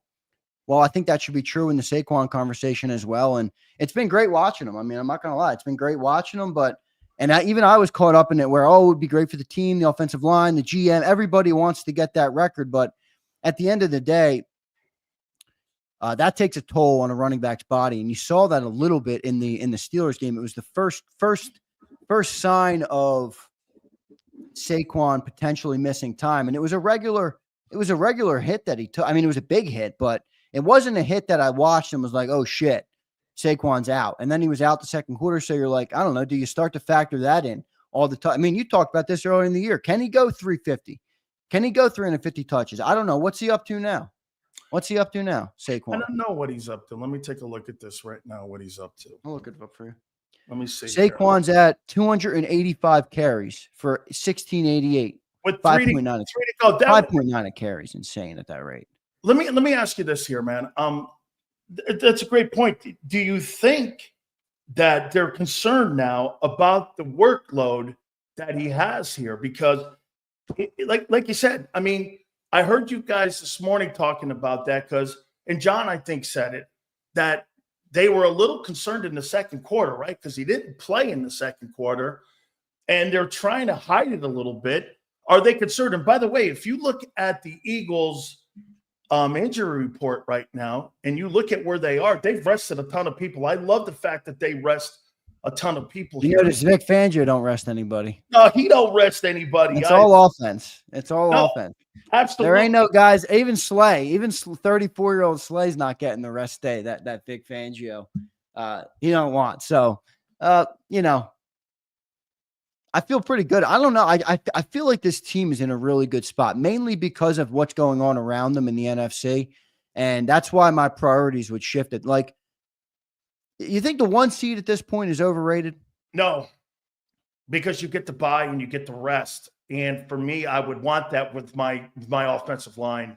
My offensive line has had an absolutely spectacular year. I would tell you this too, dude, that probably is one of the best performances that I've ever seen an offensive line do, probably since those Rams teams with Eric and those Cowboy teams, maybe the Jamal Lewis Ravens when they went for 2,000 yards. Absolutely a spectacular season so far. And there is no question. I think that those guys getting the rest is important. And I want to go back on something I said about the advantages too. Wait, let me get to that. To finish that, more Gainwell See, my question to Washington would be, and to you would be, do you go back to running the ball because they struggle in stopping the run? They're not bad in pass defense. Do you go back to that style, or do you start to still want to get that passing game going as you're getting into the postseason? Do you want to do that? I think you want to, but I don't think you force it, right? I think it's kind of similar to the Saquon conversation where everything at this point should be slanted toward being what will make you most prepared to handle the playoffs in January. So, like I said with Saquon, you want him healthy. With the passing game, look, if we have a shitty passing game for the next 3 games, Sileo is going to say before the playoffs, you've had 1 week. And he's not going to be wrong. And you're going to wonder. So I think it's fair to want them to keep passing the ball well, but I'm not going to, I don't know. I mean, look at this Commanders defense. So they suck against the run and they're great against the pass. So do you force that? I don't think you force it, but you certainly want to keep the passing game going. And I think they're going to. I think if you can pass against Pittsburgh, you're going to be able to pass against most teams. That's a physical football team. I know they're not the greatest secondary, but I don't really think any secondaries match up with the Eagles offense that well. I mean, most teams don't have 2 corners to deal with AJ and Devontae. What are you smirking at over there? Yeah, because I got to tell you, man, I've never seen a fucking guy do a great job with me in my life. Hey, listen, we're 2 pit bulls. Hey, man, 2 pit bulls get in a ring. I just realized that I said I'm watching something here.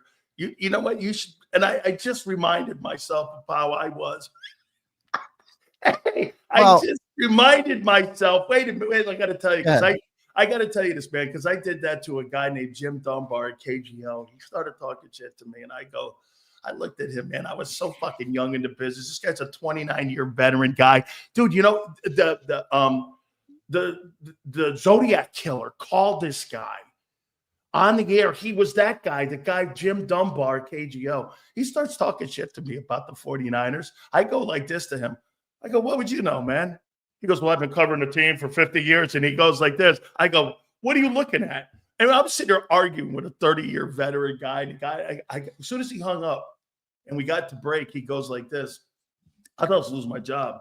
And he goes like this. He goes, that was awesome. Well, you're not going to lose your job for fucking calling me out. I don't give a shit. We're talking about football. I just think the Pro Bowl's fucking irrelevant, and you didn't like that very much. No, it's not. It's not irrelevant to the players. I mean, in the picture of getting to the ultimate goal, I think it is. Players know getting the ultimate goal is one of the things that is almost a luck thing to be on a good team. Yeah, I don't think you're wrong with that. One team a year wins. Yeah. But listen, Xander, Pro Bowls is your personal resume. That's why that question is this: would you rather have a Super Bowl, or would you rather have would you rather have a Super Bowl, or would you rather have a Hall of Fame ring?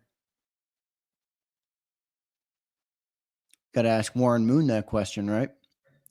But I think where you're right, where I will submit and say you're right, is players care because, like you just said, it's Hall of Fame, it's resume. When these guys are done in the league, what do we do now? We go back and we look at, what stats did this guy put up in what year? So like the numbers live forever, and I understand that element of it. But don't you think it's also fair for fans to not give a fuck? Like, yeah, they're going to care. I don't care but that's not what a fan. Yeah, is, but right? I don't care what the care fans about. Yeah, that. but if I'm a care player, about the team going forward. Yeah, but if I'm a player, I don't give a shit about what the fans think about that. Because to me, I get paid on that. I get paid on my resume. I don't get paid on what the fans think of me.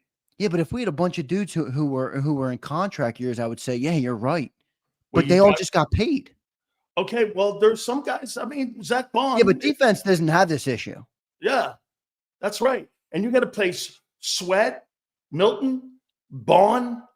Okay, Isaiah. I can't worry about them right now. I'm starting to wonder though if the path to the Super Bowl is easier with the 2 seed. If you get the 1 seed, hear me out. Huh. Well, can we do? You want us to look at this thing I've been playing with? All right, let me show you this thing I've been playing with.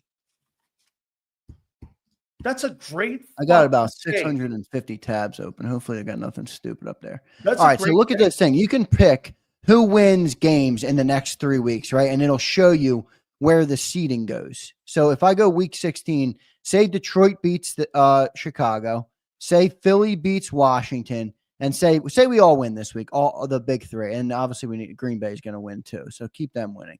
Week 17, we go Actually, week 16, for the sake of this, okay, let's give Washington the win this week. All right. Let's just give them the win so that we won't win the front 1 seed. All right. Green Bay. No, let's give Minnesota that game. Let's give Eagles that game. Detroit that game. Let's give in week 18, Eagles are going to beat the Giants. Green Bay is going to win. Detroit. All right. So depending on who wins this game, one of them would get the 1 seed. But I'm looking at Washington. I like this. I'm looking at Washington and there was a spot I could click on to see who you would play next if you. Let me see. So do you? All right. So if we played, I don't think this is going to happen. This is in the 2 seed, right? This is if we get 2 seed, I don't think we're going to play the. See, this is where let me fix their projections here because I don't think Green Bay is going to fall that much. Where's Green Bay? Well, think about this, Xander. If you beat the Commanders this week and Seattle wins, I think they move into that 7 hole. Boy, Green Bay's got a tough matchup. This actually could happen. If Green Bay wins out 2 of their last 3 games, they could still fall to the 7 seed. I don't want to play Green Bay in round 1. No, I want to play Washington or Seattle. So Washington. All right, this is why. Now the Falcons are still in it at 7-7, but they made a quarterback move this week with Michael Penix. So I think they're totally toast. Why is this not edited now? All right. Okay, I mean, so what? So you're going with the remaining schedule? I don't know. I was playing with this earlier. I'm not getting it to work as good as I'd like to right now, but I was playing with it earlier, and I don't think getting the 1 is as beneficial as you think, because if you don't get the 1, you're going to have another game, but like, is Detroit going to have to deal with as the 1 seed? Are they going to have to deal with Minnesota or Green Bay before you have to? Like, one of those guys could get knocked out, or Detroit or Minnesota, whoever gets the nod, and then you bring the home field advantage and you have easier matchups. Who are you worried about more? Minnesota or Detroit or Green Bay? This might sound crazy, but no, I can't say Green Bay. It's got to be Detroit, right? It's got to be Detroit because we're going to beat their breaks in with their defense. They don't have a defense. I mean, they got like everybody's missing at this point, but you're going to have to keep up with that offense. That offense is scoring 35+ points a game right now at home. So you're going to have to score with that offense. As excited as we all were about the passing game and stuff, and we haven't put up that many points. What's the most amount of points we've scored this year? Week 1 versus Green Bay? Or maybe 37 versus the Bengals? Like, we're not scoring at the clip that these guys are scoring at. So you'd have to keep up with that Detroit offense, but I still think we can because I think our defense slows them down enough. How about this, Andrew? The Buccaneers. Where do the Bucs fall in this? If you win that first round against the Commanders, the Buccaneers would be 8-6. The Rams would be 8-6. And you 2 teams right now, somebody's going to have to play Minnesota because Minnesota's in the 5 hole. Would it be Minnesota for you in the second round? If you beat Washington, wouldn't you play Minnesota, or would Minnesota play Detroit? No, Minnesota would play Detroit because that would be the divisional game. They're not playing in the wild card game as of now. Yeah, you're right. Now check this out. This is if the Eagles get the 1 seed, okay? These are your 3 playoff games. Detroit in the 2 versus Washington. Let's say Detroit wins that. Vikings versus Bucks. Who you want to pick there? Vikings versus Bucks in Minneapolis. No. At the remainder of the year. Tampa. In Tampa? Tampa's going to win the South. I'm going to take the Vikings and the Packers. See, now I'm playing the Vikings and Green Bay's playing Detroit. Now my road to the conference final is through Minnesota, and the only one I have to deal with is one or the other, or of Green Bay or Detroit. So I guess in a way, it's all inevitable where you're probably going to have the same you're going to have to play Detroit. That's going to be the clash course. That's going to be the You're going to play course. Detroit.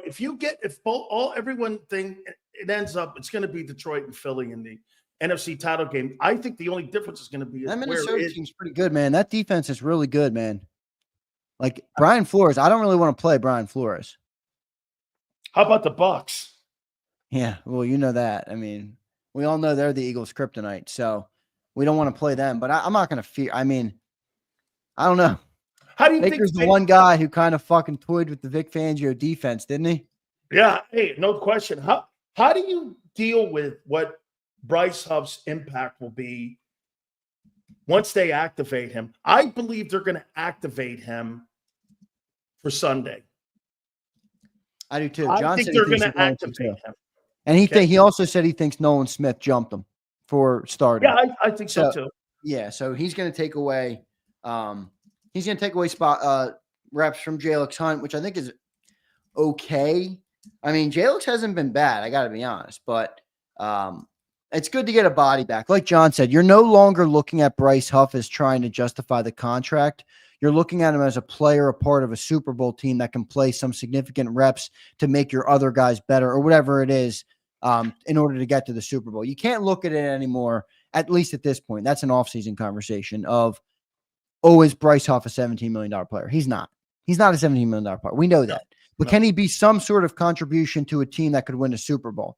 That's a different question. And I think at this point he can, just because of how low you are on bodies at that position. But I don't know. We'll see we'll see. That he's a stiff though, isn't he? I heard John, and I completely disagree with him. I didn't. I mean, saying that he is not that bad. I mean, I thought he was a liability. Nolan Smith is not a liability. I think he's a liability on that football team because here's why I think he's a liability. I don't think he knows the position. I think Nolan Smith has more of a handle on the position and how to play the technique more so than Bryce Huff does.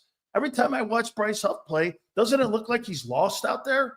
I mean, when I watch him play, he looks lost. You put on the 22 and you sit there and you talk to Baldinger. I go, Brian, does this guy look like he knows what he's doing here? And it doesn't look like he knows what he's doing. By the way, I want to show you something here on Zach Bond. And I want to make a point to you about Jalen Carter. You know, when you say that the Pro Bowl doesn't matter, right? Well, Vita Vea is going to be the defensive tackle on the first team All-Pro team. Should he be? No. Vita Vea is going to be? Vita Vea right now is the leader in the clubhouse on the NFC Pro Bowl team over Carter. I haven't followed Vita Vea's season as long as that. Well, I think Vita Vea is having better. Absolutely not. But again, this players know, hey, I'm going to give it to the veteran guy. Now, I'll tell you something that's pretty impressive. Zach Bond's name is now rising with the players in the All-Pro now. And he just might actually make that All-Pro team. He might. Maybe. That would be impressive if he could win over. What's the pro? The All-Pros is the better one to win. But isn't that all player voted? All play. I think it's half. Oh, half player, half. I think there's an NFLPA one, and the one that we used to get ballots and we voted on the players. And like you said, I mean, a lot of it was homeboy stuff. And what they decided to do was add media guys into it. So they mixed it up a little bit because it was too homeboyish. I mean, sometimes, look at the 49ers this year. The 49ers are going to have 4 guys in the NFC the NFC Pro Bowl. And you're like this, the 49ers have not had a good, but the Pro Bowl usually works like this, Xander. What you did a year ago, you're going to get rewarded this year. Okay? You're going to be rewarded, and you're going to go down that line. And so that's why I was saying Bond may get it next year if he continues his play like this. But there's a lot of love for him right now on making that Pro Bowl team here. Let me ask, I heard you say something today. So you think the Eagles had some good conversations on Birds 365 today. So do you think the Eagles have better linebackers than the Commanders? I do, but it's close. I do think ours are better, though. I think Bobby's great. I think he's a little bit on the other side of his prime, and Zach is more explosive and younger. And I think he's been so good. I mean, he's graded up. I don't know whether you put stock into the grades or not. He is graded a little higher than Wagner. I'm not saying that's the end all be all. And then I think Nakobe's been a really good complementary piece. I will say, I think Nakobe, maybe some of how good he's been is because he's playing next to a guy like Bond. I think that helps him a lot. Luvu's good though. Luvu and Wagner are a good duo. I'm not trying to take anything away from them, but I'll say it's pretty close. But I'll give the edge to the Eagles, just because I think the overall defense being number one overall is pretty damn impressive, and I think the linebackers have a big part in that for the Eagles. I'll tell you something, man. I can't say enough about Fangio and what he's done with that scheme. Do you think it's more scheme, or do you think it's the player that has made this defense number one? For who, Bond? For the whole unit. Is it who are you giving more? It's got to be scheme. Think about it. When we came into the year, we were like, how much talent's on this defensive side? And this wasn't Sileo being a hater thing or John. Like, this was everybody. Everybody had questions about the defense. Everybody had questions about this defense coming into this year, especially with what happened last year. And I don't think they got Bryce Huff. Like, who else did they add? I mean, Zach Bond, anybody that follows JAKIB knows that when we have breaking news, we jump on that shit like white on rice. All right. We got videos. When Zach Bond's story broke that he signed, it was like, Eagles picked up a practice squad guy, or Eagles picked up a rotational piece guy. Like, there was no big Eagles signed Zach Bond. Like, we didn't expect this guy to be this. Anybody that says they are lying. CJ Gardner-Johnson was a decent pickup. Reed Blankenship, we knew was coming back. I mean, they didn't really do any outside the draft. They didn't really bolster the talent like a crazy a lot. And I think you got to give Vic Fangio credit for that, for pulling the most out of these guys. I mean, the defense is better than our offense right now. That's an indictment on Kellen Moore. Or a credit to Vic, whatever one. I would say this to you. I heard you and Don talking about Jaden Daniels. And I think that's a hard conversation, because I think Jaden has been more consistent this year than what Jalen has been. Now, the theory of some of the Eagle people would be, well, they've been hiding him away in a garage for 14 weeks. Okay, that's you're more than willing to believe that. But for me, I think he has. Now, the other part of that for me is a tough one, because still, if you're lined up in a football game and you're playing a Sunday game and it's 60 minutes, are you going to go with that rookie dude, or are you going to go with a guy who's 5 years in the league, who has had the amount of wins and has done the things that he's done? Who are you going to go with in a game like that on Sunday? See, to me, again, Daniels has played and had a better year, okay, and been more impactful on his team for his team winning. He is the reason they're where they are. Nobody else. He's the reason. He is the centerpiece. Now, if I had to pick a guy to win a ball game for me, would he be it over him? That I can't say I'd pick him. So it's kind of a tough scenario. I mean, John's right. He's had a better year, but who would you take? I'm not going to really take Daniels, because I'm not going with a rookie. I'm not taking a rookie quarterback over a guy who's won a ton of ball games. I mean, I don't care how. Like this. Would you take Jaden Daniels over Aaron Rodgers right now? I might not, because Rodgers. It depends. Do I need him for a season, or do I need him for a career? Need him for a game. A game, you got to take Aaron. Like a game on Sunday. So that's a season. Then you were talking this year. We're talking 1 year, because that's the only metric we have. Daniels has had a better year. But again, Sills, who are you taking? I'm not taking a 1 year guy who's only played 12 games. Yeah. I'm just not doing that. I mean, look, he's been good, but I have a hard time even believing. He flexes says Daniel's better. I'm not. I didn't say that. I said he's been more consistent this year, because I'm talking about the Rodgers one. He's talking about the Rodgers. Oh, Rodgers. I think that's maybe fair. Rodgers has not looked great. He had a good week last week, but he played versus the freaking. You know what's crazy when people say that about Rodgers, and they go, "Well, Rodgers really has not really played that well this year," and I go, if you look at his numbers, Xander, on what he's done this year, I mean, I think that's been an indictment on the entire unit. And by the way, found out Woody Johnson, the number one thing that he did on taking out the Jerry Jeudy, they wanted to make a trade for him, did Joe Douglas. He went off of Madden. Did you see that fucking story? He went off of Madden. But that can't be real. That can't be real. But listen to this. So here's Aaron Rodgers' year this year. He's going to throw for 4,000 yards. His completion percentage is shockingly at 62.5, but he's going to have 28 TDs. So he's going to throw for $4 grand. On the Jets. What's that? On the Jets. On the Jets. On the Jets. I mean, he's going to throw for $4 grand, and you look at him with 30 touchdowns, and you go, holy shit, man. I can't imagine being a Jets fan. I'm sorry, I can't. I can't. Yeah, I agree. Let's read these super chats, dude. All right, we got a big one. Let's get to him. Are you okay over there? I pissed you off. I'm sorry. I didn't mean to piss you off. No. That's on me. Are you all right? No. Hey, listen, you remember before I was doing shows, all right, on the air, and when you were coaching me up, which you've made me much better at this, admittedly. You were coaching me up. You know what you used to tell me? You used to say, where's the guy I talked to off the air? Where's that guy on the shows? Well, here he is, motherfucker. And I ain't going to let you get a fast one on me. I give you kudos. I give you total kudos, man. Good for you.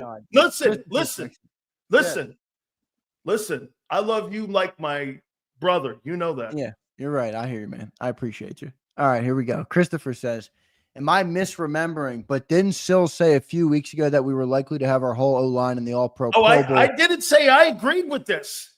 Christopher. Not because other teams' players are winning the popularity. Whoa, Christopher. Did I ever anywhere in that? Oh, by the way, see, that's the misconception that your boy just did. I said this is the leaders in the gate. I didn't pick this team. He thinks I picked this team. I didn't fucking pick this team. You know, it might be one of those things, Sills, where it's the way you said it. You know, it's the wait a minute, Christopher. I never said I picked this. This is the leaders right now for the Pro Bowl. I think that entire group for the Eagles should be in the Pro Bowl. By the way, they got 3 of the 5 players for Detroit, the leading guys right now to be in the Pro Bowl. To some people's aspects, they think the Lions have a better O-line. Do I think that? No, I don't. But I don't think it's as big as a gap as people think it is, Xander. The Lions O-line and the Eagle O-line, I think it's right there. Okay? Lions O-line's pretty insane. Anybody, if you know football, Lions O-line is it's a push. It's a push for the Eagles and the Lions, I think. And they've been hurt. They've been banged up. That's why I thought the Eagles were going to get the nod. Now, we've been a little banged up too, but I don't know. I'm just going to take the Eagles because I like the Eagles. You know, like it's one of those things where it's like you take one, I'll take the other. All right, fine. Give me the Birds. Give me Lane. Give me Mackay. Give me Cam. Give me Landon. Give me my. Give me another fucking Fred Johnson. Give me another super chat. We're marching to the fucking Super Bowl. You. Give me a super chat. Give me another one here. Jesus. By the way, I think it's your. You know what I think it is, folks? He put his old man's hat on, and all of a sudden he started acting like. I like the Kangos, baby. I'm going bald. I might be bald in 6 months. By the way, I like the list. My rate of balding right now is unprecedented. I'm telling you. I'm 26. I thought this happened at 32. What the fuck's going on? Brian Pumper checks in. He says, Commanders players calling the Eagles weak sauce. A Jalen Hurts led team garnering a lot of respect from the ops. I see. Did you see that? Dude, I don't know what that guy's doing, man. He should shut his hole. Brian Robinson, bro, you need to keep it cool, dude, because you're going to get decleated. Hey, get this. So, you know what? That's like a guy going into a fight, and all of a sudden the smallest dude in the room starts barking, going, you ain't shit, mother, you know what? Hey, screw you. You ain't shit, mother. And you're going like, hey, bro, I got to fight the guy, you son of a bitch. Get the hell out of here, man. Your ass is cash. You're writing checks. My ass has the cash. I don't want any of that. Hey, by the way, Xander, I want to walk into this game, and I don't want to upset anybody on Philly. I want to try to go in there, and I want to sneak attack them. I don't want to sit there and put a bullseye on my chest like that. I don't know, man. That's not how I would fight the Eagles would be this. No, these guys are great. Best team I've ever seen in my life. I've never seen anybody like it. Hey, man, these guys are unbelievable. There's stars everywhere. And then you go in there and you fight their ass to the death. You don't want to sit there and go, you ain't shit, bitch. Hey, now we're talking about a different kind of fight, ain't we? Yeah, but I don't dislike that mentality, but you're right. It's probably not the right approach versus football. Dude, if I had a team, I saw another guy to say, I think we have a better team than them. Come on. I mean, nobody. Is there one position?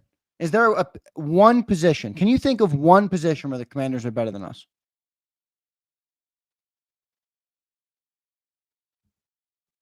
I can't. No. I guess maybe you'd say quarterback. No. I wouldn't, but would you? Quarterback, but Sills, who would you take in the game Sunday? Well, I'm going to take the guy in Philly.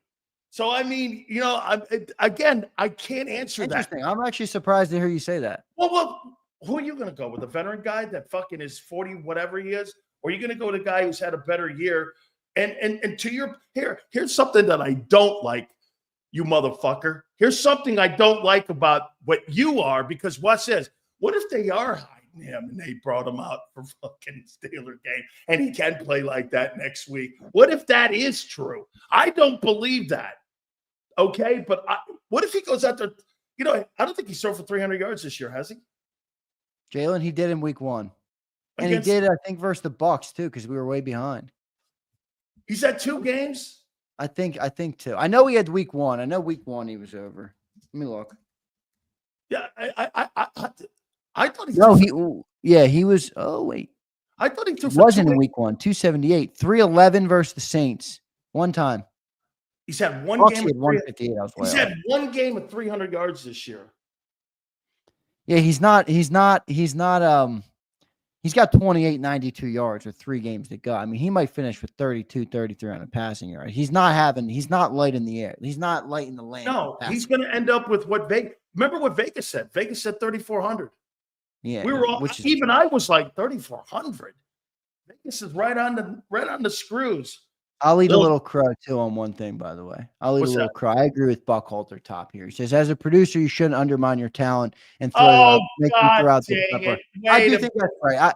I should have just answered your question. I just hate the stupid Pro Bowl talk, but that doesn't mean it was a good excuse to say that. So I'll eat my crow on that. That was a dumb move. You're right, Buckhalter. You're right, Buckhalter. No, you know what my mistake was? Fucking getting my guinea up. Okay, that's my fault. I don't think Aunt Betty's too happy with me right now. No. You know what? Aunt Betty, I love you, Aunt Betty. Hey, Bet. Shh. I'll send you checks in the mail, Aunt Betty. Checks in the mail. No, I fucked that up. I did. No, you didn't. I got my guinea up. I got my Laura said, Zan, Angelo's, Geno's, or Pat's for say I'm Jim's. I like Jim's on South Street, and I like Steve's Prince of Steaks. I do not like Pat's or if I had to go Pat's or Geno's, I've only been to Geno's. Jerome took me there. Only been to Geno's? That's it. I've only been to Geno's. See, Silly, the big mistake I made for you is when you flew to Philly, I didn't pick you up with a big greasy cheesesteak in the car. I know. That's what I should have had. That's my mistake. I should have had a cheesesteak in the truck for you. Hey, tell people what I ate too when I was at Hooters. I mean, Xander still never lets me get down with this one here, man. I got to Hooters and he goes, I think he ordered fish. You ordered like clams. I'm like, we're at Hooters, dude. Get some fucking chicken wings, bro. What are you talking about? Wait, a good story on the cheesesteak. When I was in high school, way back, I guess it was 10 years ago. I know. I was about 10 years ago in high school. Me and one of my best friends from high school, we did a cheesesteak tour, and once a week for my entire I think it was my junior year of high school, we did every cheesesteak place that we could find in Philly. Angelo's is damn good. Jim's is still my favorite. Let me say something to you, young grass. Let me say something to you, young grasshopper. Okay, hey, well done. We got some major tension today, man. Normally we have fun tension. This is not. You're more mad than no. Now I love it. Now I love and you're mad at me. You were pissed. I was waiting for you to kick me off your show. No. Listen, no. I never do that because you're. You were about. You said it. You said I got nothing else to ask you. I got nothing else.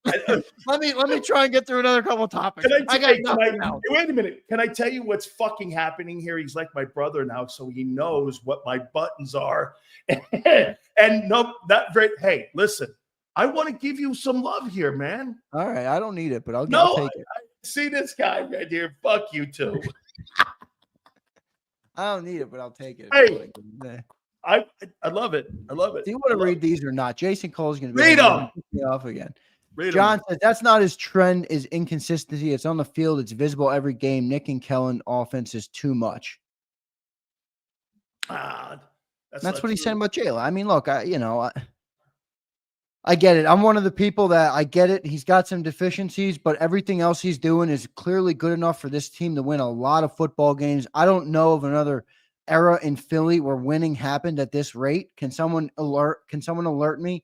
Can someone who's been a fan for longer than I have? Joe Whip, you're in the chat. Bob Brown, are you in the chat? Somebody educate me. When did we win more football games than this?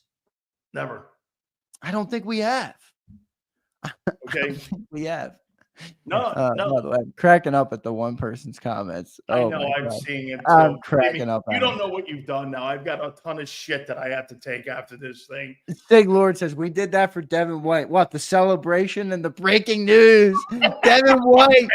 He's gone. Is he still on Houston or did they let him go too? Look at there's my boy there. I love Brian Pumper. Another one, Xander, stop being a Jalen. Pump Brian a Jalen. I'm a truthite, Jalen Pumper. A truthite.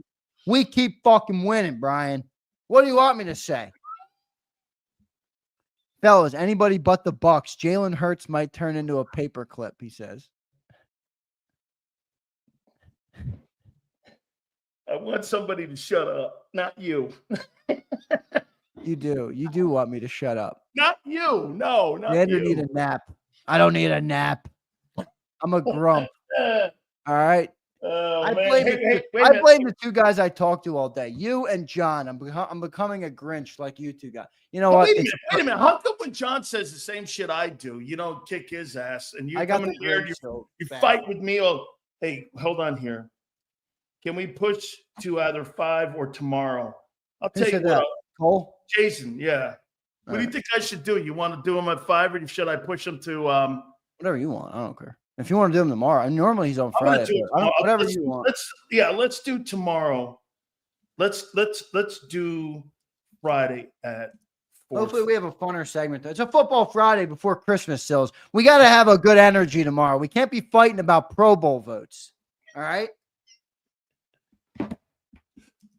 Now that I say that out loud, I think I might have been justified. Wait, here.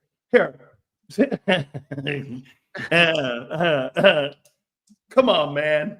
Lot of love, man. Lot of love. I'm trying to spread Christmas cheer. All right. I got to do a better job at that. You're right. I'm sorry. Stop. Oh my God. He doesn't mean that. He does not mean that. This guy does not mean what? I'm telling you this. No. I'm sorry it's not in his vocabulary.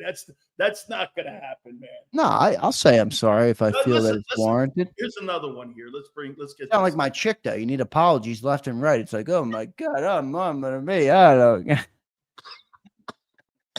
Holy shit, dude. I shouldn't have said that. I had to caught a stray there, man. Caught a stray. Good, Xander. Here, look, we got another one here. There we go. What are y'all thinking for the draft? ESPN has us taking Cam Williams, offensive tackle from Texas. Where are the biggest areas of needs? Tackle maybe with Lane. I think it's edge still. I think they need another edge rusher, man. You're going to have to move on. What's more of a pressing need right now? Moving on from Josh Sweat or moving on from Lane? Sweat, because you're still concerned about the knee. Well, here's why Sweat. No, and you're gonna agree with this. This is why Sweat. The Eagles have proven that they can manage change on the offensive line. They haven't proven that they can manage change at the defensive end position. Not D tackle. They're great at D tackle. You go from Fletcher Cox to Jalen Carter, but we went from Hassan Reddick to Bryce Huffle-Schnufflegus, and now we're going to go from Josh Sweat to who? I don't know. I do feel good about the draft picks that they made with Nolan Smith. He's starting to look a lot better. I'm happy with 5.5 sacks from him. I know it's not world beating yet, but I think he showed a lot this year so far. Okay, how about this? I got a question for you here. Here is, according to PFF, the top 4 quarterbacks that are going to go into the draft, and tell me what you think of this group, or would you go free agency with the teams? Because watch this: Aaron Rodgers, Kirk Cousins, Sam Darnold, those guys are all going to be on different teams next year. Maybe not Darnold, but those three guys are all free agent 1-year deals. Well, no, Atlanta's got to try to get out of that deal now with Cousins, but he has a no trade in there. But they're moving on to Michael Penix here. So check this out. I'm shocked when I saw PFF with this. Jalen Milroe is the number 1 rated according to PFF. He's the 12th rated guy, the Bama kid. I saw him declare for the draft. I was like, why? I don't think you're that good. Cameron Ward is 14th. He's 2. Shedeur Sanders from Colorado, I'm shocked, is 21. And Nussmeier's, I think, kid from LSU, or his brother. Yeah, no, Doug Nussmeier's son is the LSU quarterback. Yeah. Yeah, okay. That's his son. He's got about a 3rd rounder on him. Okay. You know who I do not take Jalen Milroe. Okay. I like him and all, and I think he's a fun player. And any of these guys make you go like this, I want to draft him and make him the face of my franchise. Honestly, Cam Ward may be the most out of anybody because he's shown he can throw the ball a lot. Maybe. But he throws it into sometimes places that I'm not. Yeah, but remember who else did that in college? Yep. Josh Allen did that. Like that shows, you see a lot of inherent arm talent with Cam Ward that you're like, if you're a great coach, you look at that and you're like, I can clean that up. I can clean up some of those errors and extract the most out of that type of arm talent. I watch Jalen Milroe. I mean, he already fucking ruined my college team. All right. I don't need him anywhere near my pro team. All right. Yeah, Milroe's another Hurts. He's worse than Hurts. He's not another Hurts. He's worse than Hurts. He's not going to throw the ball. Hurts at Mad Max. I know you're not. Mad Max isn't the biggest Hurts guy, which is fine, but you got to admit he's at least from where he started to where he is now is a big difference. Oh, completely. I mean, I'm not in the Milroe camp at all. But you're right, man. I don't know. Sanders, does he excite you? No. You don't think he's got that aura that could turn a franchise around? I'll tell you my problem with him. When I saw Shedeur play, I saw him take sacks because he didn't want to throw his statistics and his completion percentage in the toilet because he knows, because Deion told him, you're paid on numbers, dude. You're going to be drafted on numbers. And instead of just throwing – how many sacks did you see him take in his 2 years there? Because – he had bad O-line his first year. The second year, they were a little bit better. Hey, by the way, I voted for Deion for Coach of the Year in college football. You know why? Here's why. I don't like your Heisman vote either. That 2 years ago, they won 1 game. They now won 9 this year with a chance to win 10. And the job that he did with Travis Hunter, bro, I mean. I'm surprised you voted Travis Hunter for Heisman. I think he deserved it. Really? Yeah, over the kid. Who the kid from Boise play? I know, but dude, did you see that man's numbers? I did, but he's playing against Western Michigan. I know, but my problem. Here's my problem with it. I'm not mad. I'm not mad that Travis Hunter won. I think it's a cool story, but didn't it feel a little bit to you like he became the darling pick? And he played wide receiver and corner. That's great. He wasn't the best cornerback in college, and he wasn't the best wide receiver in college. Like, it was great that he played both, but he wasn't the best of either. Then I got this dude from Boise State that's number 1 in rushing in literally every category known to man. He blew away, Mark Ingram's Heisman season number. He got 50% more stats. Do you understand he'll be the first pick in the draft? Who? Travis Hunter. Travis, yeah. I'm not trying to say he's not a great player. I'm saying, though, for the Heisman, I like that it's the best player in college football. It's not particularly always going to be the number 1 overall pick. Hey, I thought the best guy this is going to sound – I thought that kid from Army should have more love for what he did for his football team. But Army guys are never going to win that thing. I think the guy at Boise had a great year too. I'll tell you what, that Dylan Gabriel guy up at Colorado had a nice season. He's got the number 1 team in the country right now. I mean, now look, like you said, Devontae Smith was a Heisman and was not the first overall pick, Sills. Yeah, but this guy here, Travis Hunter, man. Everyone's saying he was the number 1 DB. I didn't even think he was. Yeah, but who's better than him? I'm saying on the ranking, like I don't know. I thought there was a couple other guys that were playing so locked down at corner this year that they had better numbers than him. I'm not sure. You know how I look at Travis? I go, how would he have done in the SEC? It just felt media darling to me, and I don't love that. That's all. Well, that's that award too. I know it is. You're right. It is. I mean, when you look at the most overrated award in American history is the Heisman. Yeah, I don't want to come off and he didn't deserve it. I think he deserved it. I just really like seeing him. You know how many MVPs in the NFL that have ever won that award? OJ won it. Cam won it. Staubach won it. There's very few people that have gone on. Look at how many Heisman Trophy people. Isn't the best player in the country supposed to be the number one pick? To me, that's the best player in the country. Remember, Devontae Smith won, and he went 10th overall. Yeah, and I'll tell you what, 10th overall, would I redraft him there at 10? Shit, I may go higher. I may go higher. Do you want to look at something real quick? Have you seen the redraft of the 2021? No.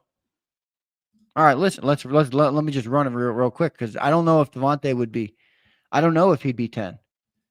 Let's see. Trevor Lawrence went in that draft. Michael Parsons went in that draft. Jamar Chase went in that draft. Penei Sewell went in that draft. Amon-Ra St. Brown went in that draft. Rashawn Slater went in that draft. Pat Surtain went in that draft. Darrisaw went in that draft. Nico Collins went in that draft. Jalen Waddle, Christian Barmore, Lynn McNeil, Landon Dickerson. Like, I think Devontae's right around 10. I think he was appropriately drafted. 10, 12, maybe. Somewhere 10, 12. I'd rather take Devontae Smith or Nico Collins, wide receiver for the Texans. The quarterback in Houston is more of a drop back pocket passer. I mean, but then again, Devontae's had 2,000. He's averaged $1,000 every year he's been in the league himself. Boy, I think those two guys are compatible.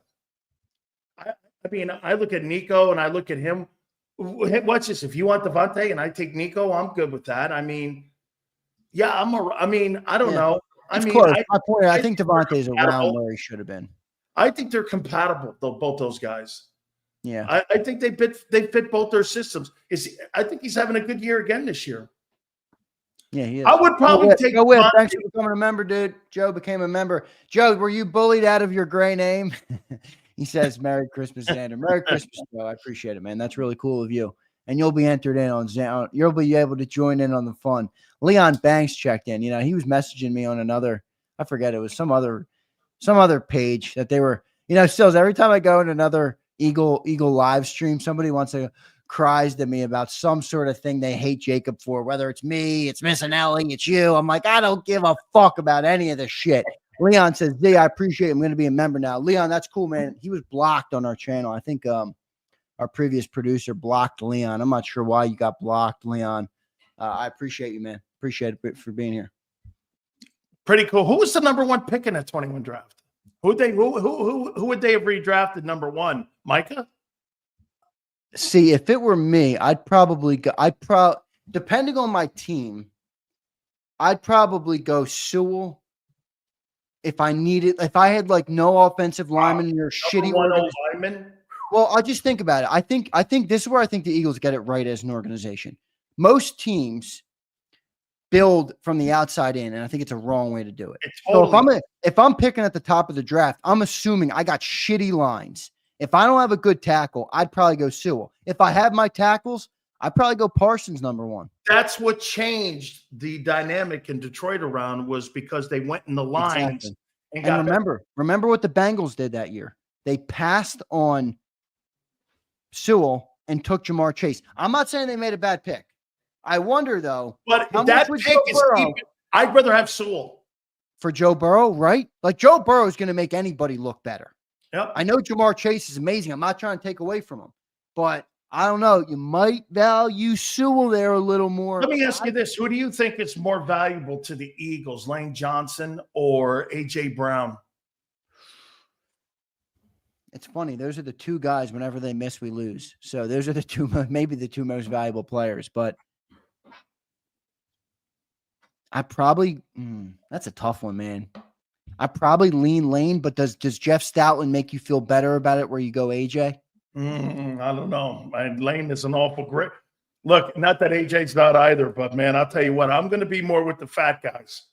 Yeah, I know. Yeah, I'm not against it either. I'm a fat guy. I'm going to be more with the fat guys here on this, okay? Yeah. I'm taking cool taking the fat guys here. All right, dog. Let me make sure we got all of our supers. I think we got them all. Brian Robinson wants to smoke. Howie talking to the agents for Bond and Milton. Dio, is that a report? I didn't see that anybody out there. Hurts has better stats than Daniels. How you doing? I don't know if he does. I thought Daniels. He doesn't. Nick always floating around that, but not true. Redskins 120 million cap space next year. Wow, Hey, and by the way, like I said too, man, I mean, yeah, they got a shitload of money next year too. That's right. Tell you what, man, Washington, they're doing some good things there, man. They really are. They're doing some pretty good things. That's going to be the rivalry. I think Dallas is so far down the toilet right now. It's going to take them 3 years to dig out of that bullshit. I really think do. So? Yeah, I do. Dallas has this weird ability. At least 2 years because of Dallas, that. Dallas normally has this weird ability to like turn it around and like be good. Even though they don't be good in the playoffs, they like a competent regular season team. Like, how many wins do they have in the last 20 years? What's their record? How many winning seasons? It's a tremendous regular season record, but they've got 4 wins in 30 years in the postseason. Yeah, I don't care. I'm talking their playoffs. They suck. I'm more talking about competing for the NFC. Well, last 3 years, again, they've won 36 games.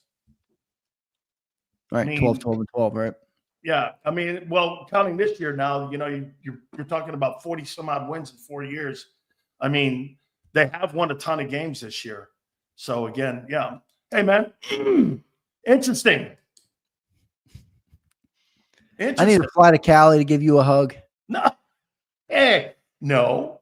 You want me to use the plane ticket that's still hanging on my pinboard? Let me tell you. I still got the plane ticket. I don't even have to buy it. Let me tell you something. It went unused. Brothers sometimes fight. It's all good. I would never fight with anybody else but you. Dude, you have no idea what I've done before. Okay? You're the only one that I fucking tolerate. And I'm probably the only one you fucking tolerate. Okay? Well, I muted your show in the first 30 minutes. I was pissed at that Pro Bowl talk. I think it came out. I think it came out. When I was doing the show. I'm like, fucking Pro Bowl. You're talking about Pro Bowls? Look at this here, man. See this? And get this, guys. I didn't even fucking pick that team. That's not my Pro Bowl. You're not picking. Do you know what he heard? He heard me translating someone else's facts. And as usual, everybody else took it that I said it. Once again, you know what he said to me a long time ago? I don't know what it is, but the way you say never. He goes like this. It just sounds weird. Every time you look at this, he goes, that was the fucking stupidest fucking open. And I'm going like, and what got me was, that's not my information. You was pissed. Pissed at me. Hey, you were pissed at me. Maybe a little. You were. I could see it. I know when you're fucking with me when you were pissed. Leon, thanks for becoming a member, bro. That's really dope of you. You're now eligible for Big Z's Christmas. All right?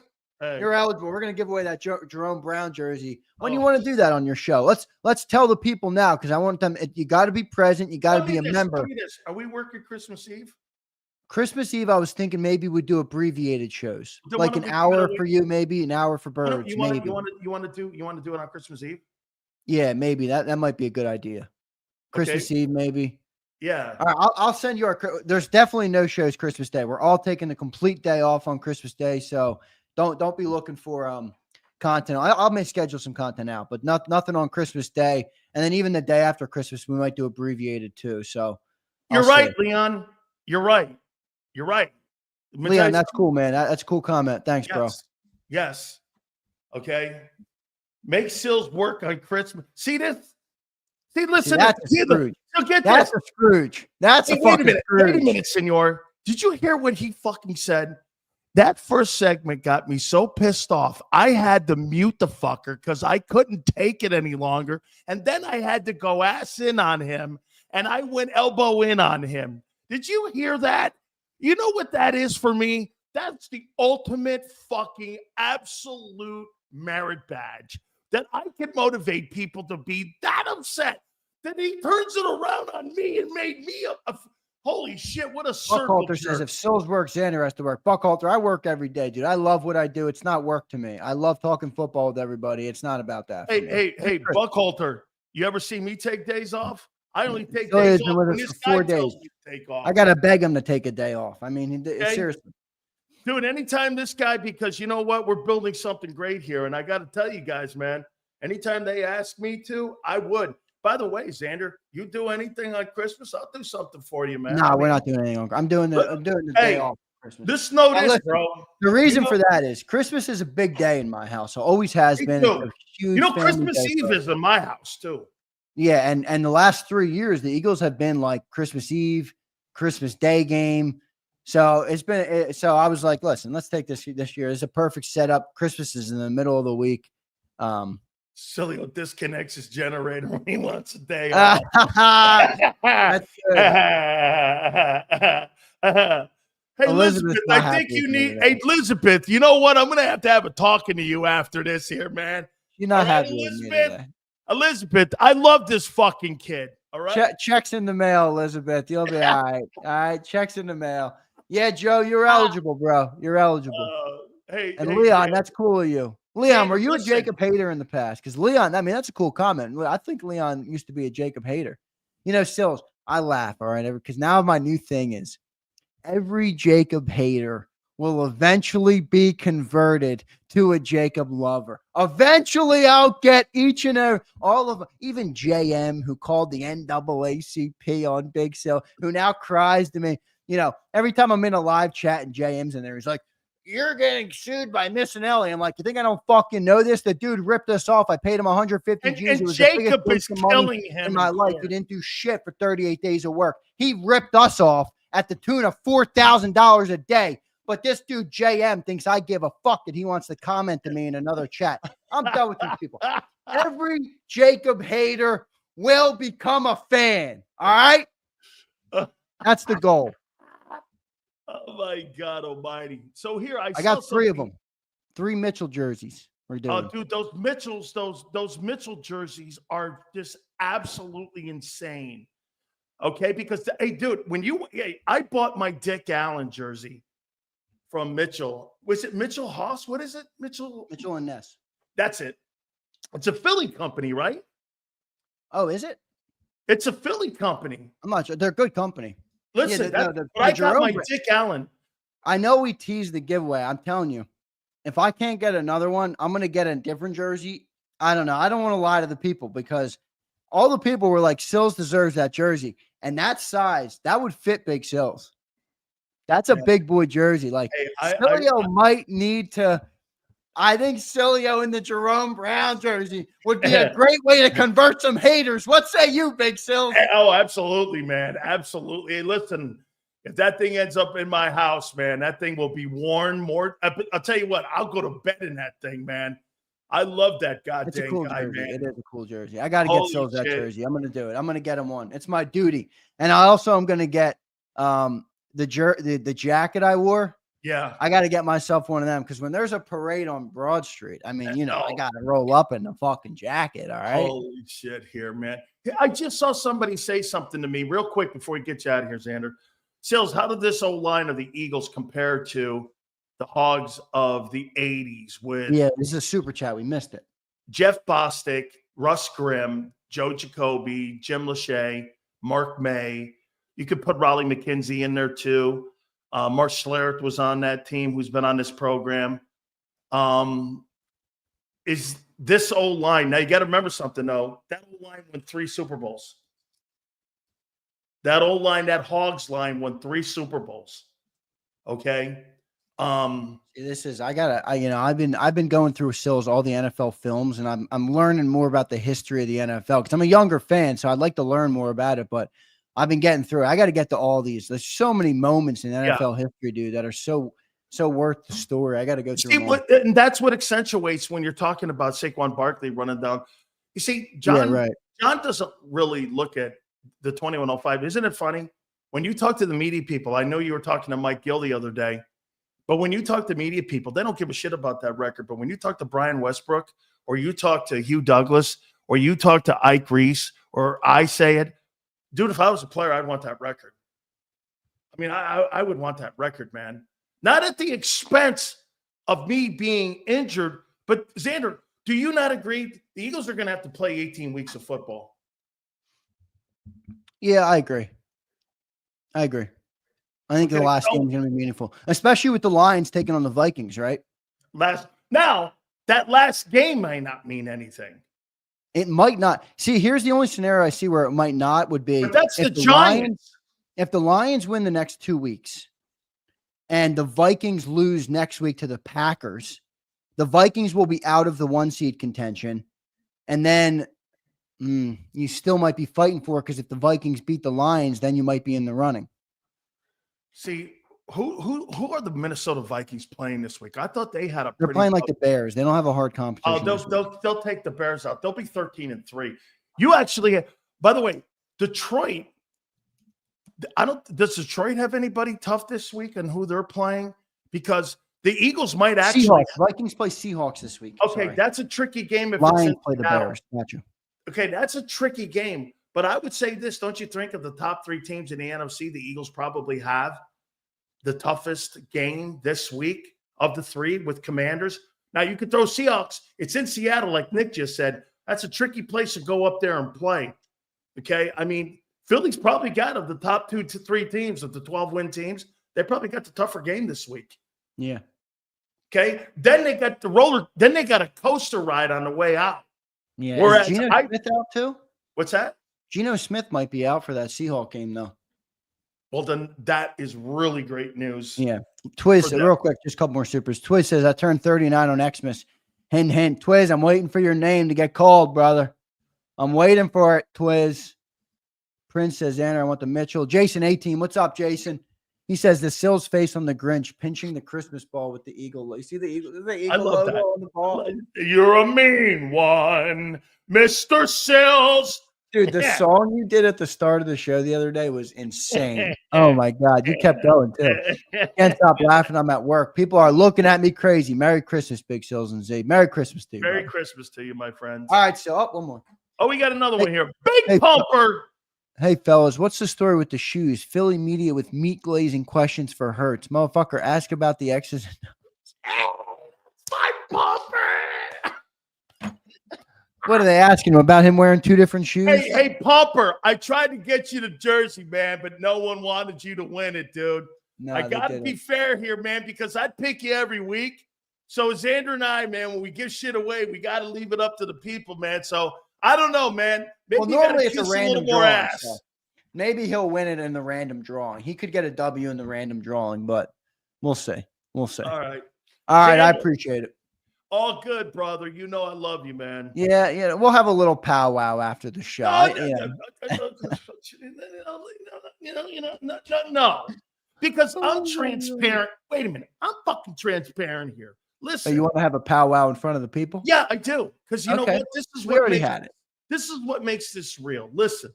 Okay, maybe gotta, you know what? Fucking, all right. Yeah, all right. You know what I think it is? Aunt Betty says I'm overworked. I'm not overworked. Aunt Betty, please give me a break. Well, let me just say, yeah, I think I really think that the 10-win streak has brought a little Grinch out of you. Listen. No, because again, we're here on December 19th. Okay, we still have to see what happens, and I'm still good with everything here. Hey, Bet, shut the hell up, will you please? You're driving me crazy. Oh, God. Twiz says, get Pumper a Jalen autograph. The man's obsessed. He doesn't need Hey, Pump, that'd be great. Khaled says that Geno Smith injury might cost us. It makes it easier. Makes it easier for The them. worst thing you don't want, Khalid, is that last game of the year having Detroit and Minnesota decide home field. Can you imagine the Eagles being 15-2 in a 2-hole? Holy shit. I've never seen a team 15-2 in a 2-hole, dude. Have to play on wild card weekend. A 15-2 team would have to play on wild card weekend. Holy shit. That would be insane. I've never seen that. That would be insane. So get this, though, too. You know what you could possibly have? You could have a 14-3 team in the 5-hole in the NFC and a 15-2 team in the 2nd hole and a 15-2 team in the 1-hole in the NFC. The NFC NFC has completely jumped the AFC this year. Now, see, I like this. I'd like that too. Xander's underpaid. I love what I do. It's not about that for me. It really isn't. I know people. I know it's easy. It's such a cliche, but it isn't. I mean, obviously, we got to make a living, right? You know, we got bills to pay. We got things to do. I got a life. I'm 26. I'm trying to get married. I got to buy a house. I got things to do. But don't get married. I love what we do, man. I really do. I have a lot of fun talking with these people. These people are dope, and that's why I liked meeting A-Team the other day. It's just cool, man, to fucking see these people that support what we do. You know, I love it. Absolutely. And it's really cool. I see now we're even past now the 50,000 subscription now. We're climbing up towards 60 now too. So guys, do me a favor. You know, Xander gave me some intel here, man. Half the audience that watches us each and every single day, you guys have not subscribed. It doesn't cost you anything. All you do is just got to click. Just click it for us. I'm getting married. You guys crazy? I'm getting married. Stop. Yeah. Hey, all I know is this, Big C. Okay, I've been married for 35 years. I hate the chick. I love the chick. I've never in my life hated anybody more and loved What's your greatest blessing in life, Big Sills? It is, man. And what's your greatest blessing in life? It's a question. What's your greatest blessing? It's my kid. And where'd that come from? It's my kid. I mean, that's what I want. I want to have a lot of kids. I have never in my life had anybody and anything I'm more proud of than anything in my life than my kid. You should see my kid is such a fucking unbelievable human being. She's an unbelievably get this. You want to hear something? They created a position for her because she is so special. She works with special needs kids. Oh, that's awesome. My cousin does that. That's a graduated. And get this, what they did for her, they told her yesterday. So she wants to get her master's degree and she wants to do it online. And they go like this, we'll pay for it. And so we were like, what? And they're going to pay for her master's degree so that she can make even more money. And I told her, I go, hey, man, let me tell you something here. This bitch don't get over 100,000 subscriptions. I'm living with you in your pool house. Great stuff. That's cool. Yeah, so if it were up to me, I'd have like 10 kids. Like I love kids. I want to have a bunch of how many little Z's can we have running around? Hey, all I can just tell you this. I remember when I had my kid, man, I spent about a month. I spent like 2 months in my underwear with a diaper genie. That's all I remember, man. Here's big. Me changing diapers, and I had a diaper genie. But dude, my kid, I could do 10 hours. Like the only thing my daughter sucks at is she can't pick a movie to save her life. So we've been sitting around watching movies at night now, you know. She picked these stupid movies. I'm like, you're fired. Fired. And I go, oh, these movies suck out loud here. Hey, dude, I love you, man. I will talk to you later. Okay, man. You know, I'm sorry that I squashed your topic.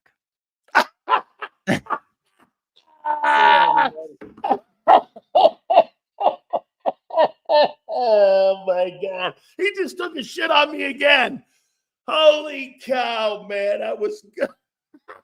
That's the way to end that segment, man. That is absolutely fabulous. Hey, Sills, I'm really sorry for shitting on your topic. Hey, you know what the beautiful thing is, though? You see what we do here? We aggravate people to a point where they can't take it any longer. You see, Xander's one of the very few people, unlike you, where you get to come out and talk shit like that. Okay? It's great. And so we appreciate that, man. Holy cow. Hey, Sills, I'm sorry for talking shit and shitting on your topic. Yeah. Holy cow, man. I appreciate that. Guys, I'll tell you this, man. We're as transparent as we could possibly be here at JAKIB. Okay? I think that guy's come a long way, man. Dude, you guys remember I'd only put him on twice because I wasn't quite sure. Now he's killing it. It's great. He's been an upgrade from Tone, and I love Tone. And I pray for Tone to go great and have great things happen to him. Absolutely. Great stuff. It's one of the reasons we get Philly 500 on. Mark Holmes, no.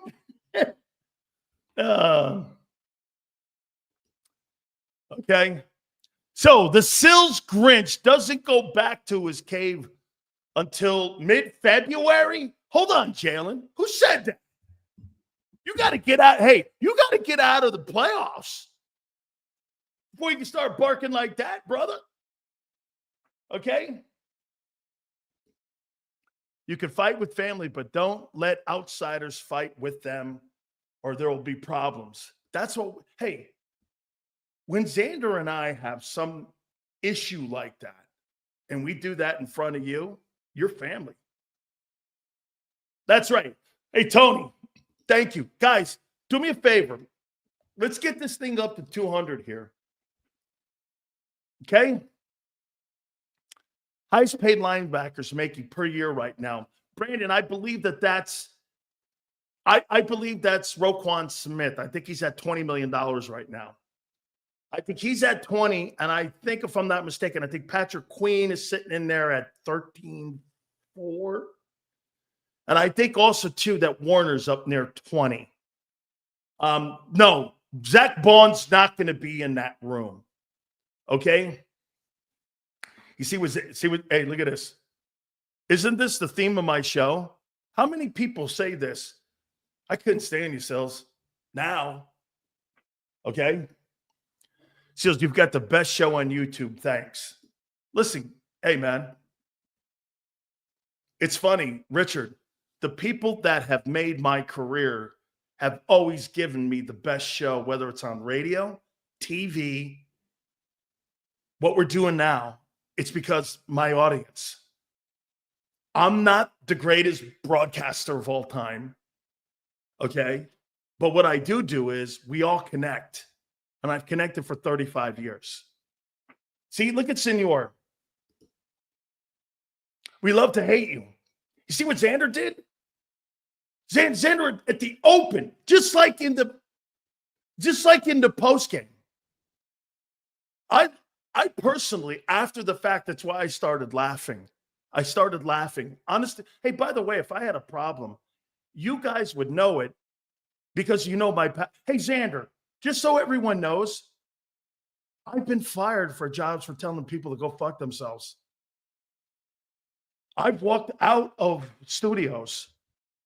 My aunt who watches the show, who's in here, knows this. If I didn't like it, I would leave. I have left. I've walked out of places, told people to kiss my ass. Okay? I've done that. Is it right? No. I've done that. I've done that 3 times, actually. My aunt knows that. Okay. Right, Brian? Right. Everything I say here right now to you is what I'll say after my show with him. Okay? JAKIB saved my career. That's why I'm loyal to him.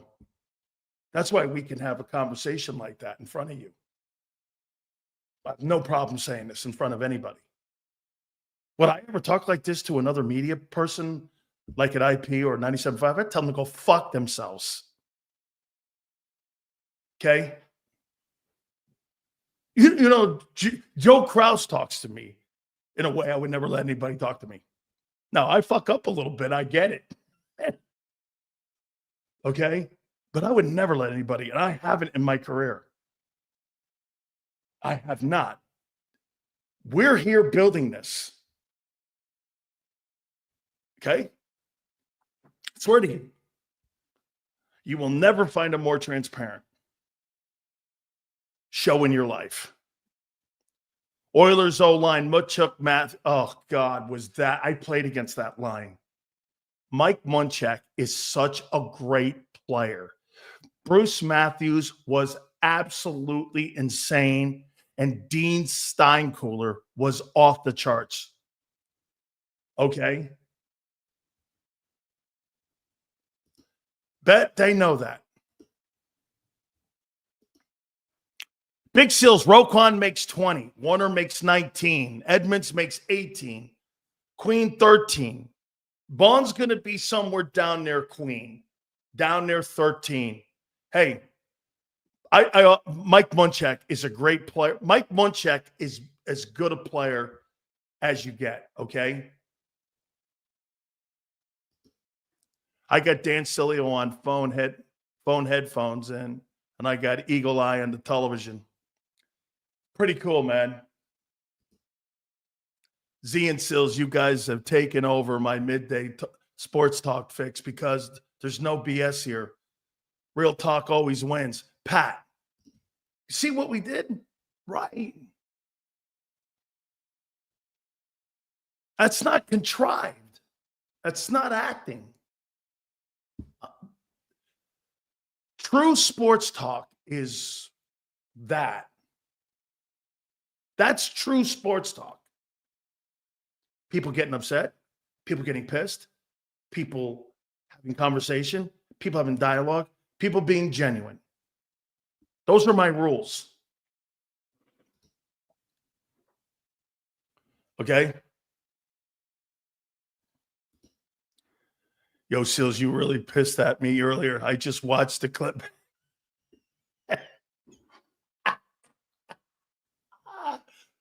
Okay, look. Hey, look, if you want me to be transparent, I did get pissed at him. I won't lie. I did. Xander, hey, I pissed Xander off so bad he had to start out like that he came in here and he fucking just that sucked. You mother, what are you doing? You coming into my house and you're, hey, it's great. It's great. It's great. You can't have it any better than that. I mean that with all my heart. Oh, God. It's passion.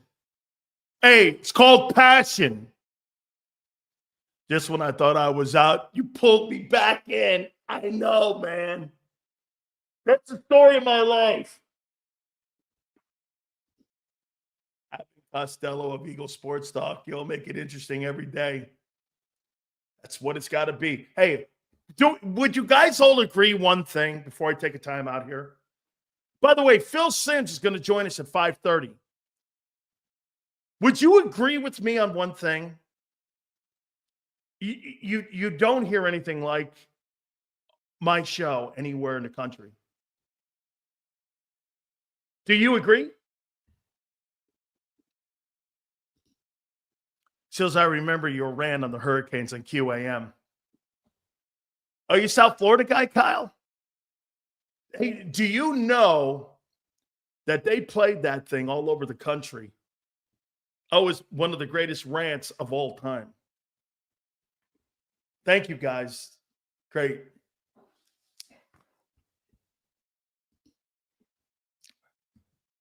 %. All because of a Sirianni extent.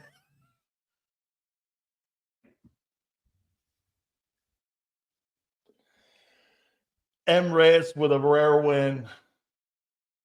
Xander with a rare win. Okay, M. Reyes with a rare win. M. Reyes with a rare win. Over. Yeah. M. Reyes with a rare win. Fireside chat. Sills was rock a good player. He was a good player. M. Reyes. M. Reyes with a rare win. All right, let's do this. We have Phil Simms right around the corner here. You guys got to do me a favor, man. Thursday Night Football starting up here tonight. We have teamed up with our friends at BetUS here at JAKIB Sports. Make sure you check out the website for the YouTube 150. That's right. Sign-up bonuses go up to $2K. Your second and third are 125% of the YouTube 150. And if you're into crypto, 200% sign-up bonuses go up to $2K. Go to betus.com.pa. That's betus.com.pa. Fastest payouts in the business, 24/7 personalized service, 365 days of the year, live wagering on all major games. Go to betus.com.pa. That's betus.com.pa. Don't forget Phil Simms at the bottom of the hour. Keep it here, and you tell him Big Sil sent you. If you missed any of today's show on the JAKIB Media channel, listen to the podcast on your way home. Available on YouTube, Apple, and Spotify.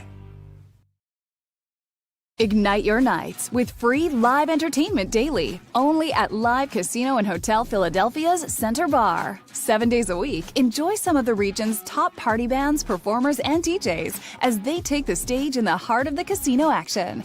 Great cocktails, live music, and lively moments. It's all happening at Center Bar at Live Casino and Hotel Philadelphia. Visit livecasinophilly.com for more details and the complete list of upcoming events. Must be 21 or older. Gambling problem? Call 1-800-GAMBLER. The following is a real testimonial from the father of a young injured victim. I didn't think she was going to make it. Major Perry's daughter was the victim of a horrific accident caused by someone else's negligence. If you don't find the right counselor, law firm that you're looking for, you will get lost in the wilderness. Badly injured? Call the Fritz and Bianculli Law Firm at 215-458-2222 and find out why they say, "We got this." In our hometown, we all look out for each other. We step up to keep our communities going strong. And at Independence Blue Cross, we're here to keep you going strong as the #1 health insurer in the region. No IBX is always looking out for you.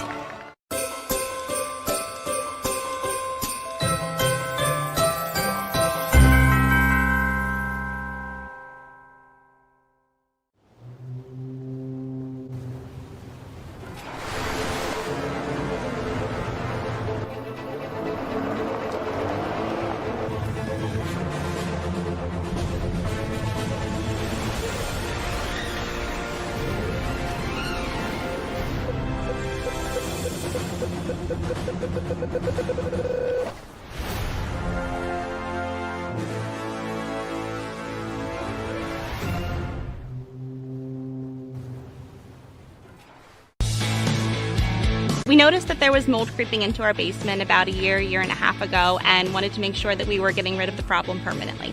We actually reached out to several different contractors to get it resolved, and actually 2 of them recommended DryTech to us as a long-term solution. Other than the noise factor, we wouldn't even know that there was work being done on the basement level. It's really been a clean process for us. Score and save this football season on your car insurance. Before the next game, save up to 40% on your auto insurance policy. That's right, 40% savings. Call an audible this season and contact the Del Val Insurance Group. They're an advocate for you, not an insurance company. That means they'll get you the right coverage and save you up to 40%. Call managing partners Fran or Jim of Del Val Insurance, 215-354-0122, or score and save at dvigi.com. dvigi.com. EAGLES, Eagles.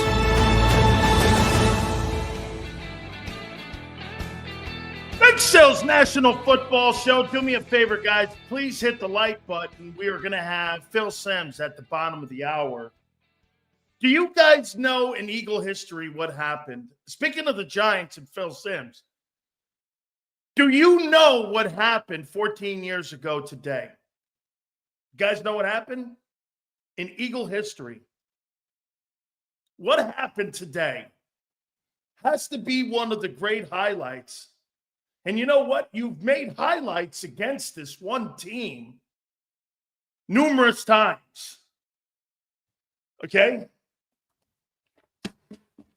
If I'm not mistaken, I had somebody text me and they told me, isn't today the day that Deshaun Jackson, how many seconds were left in that Giant game?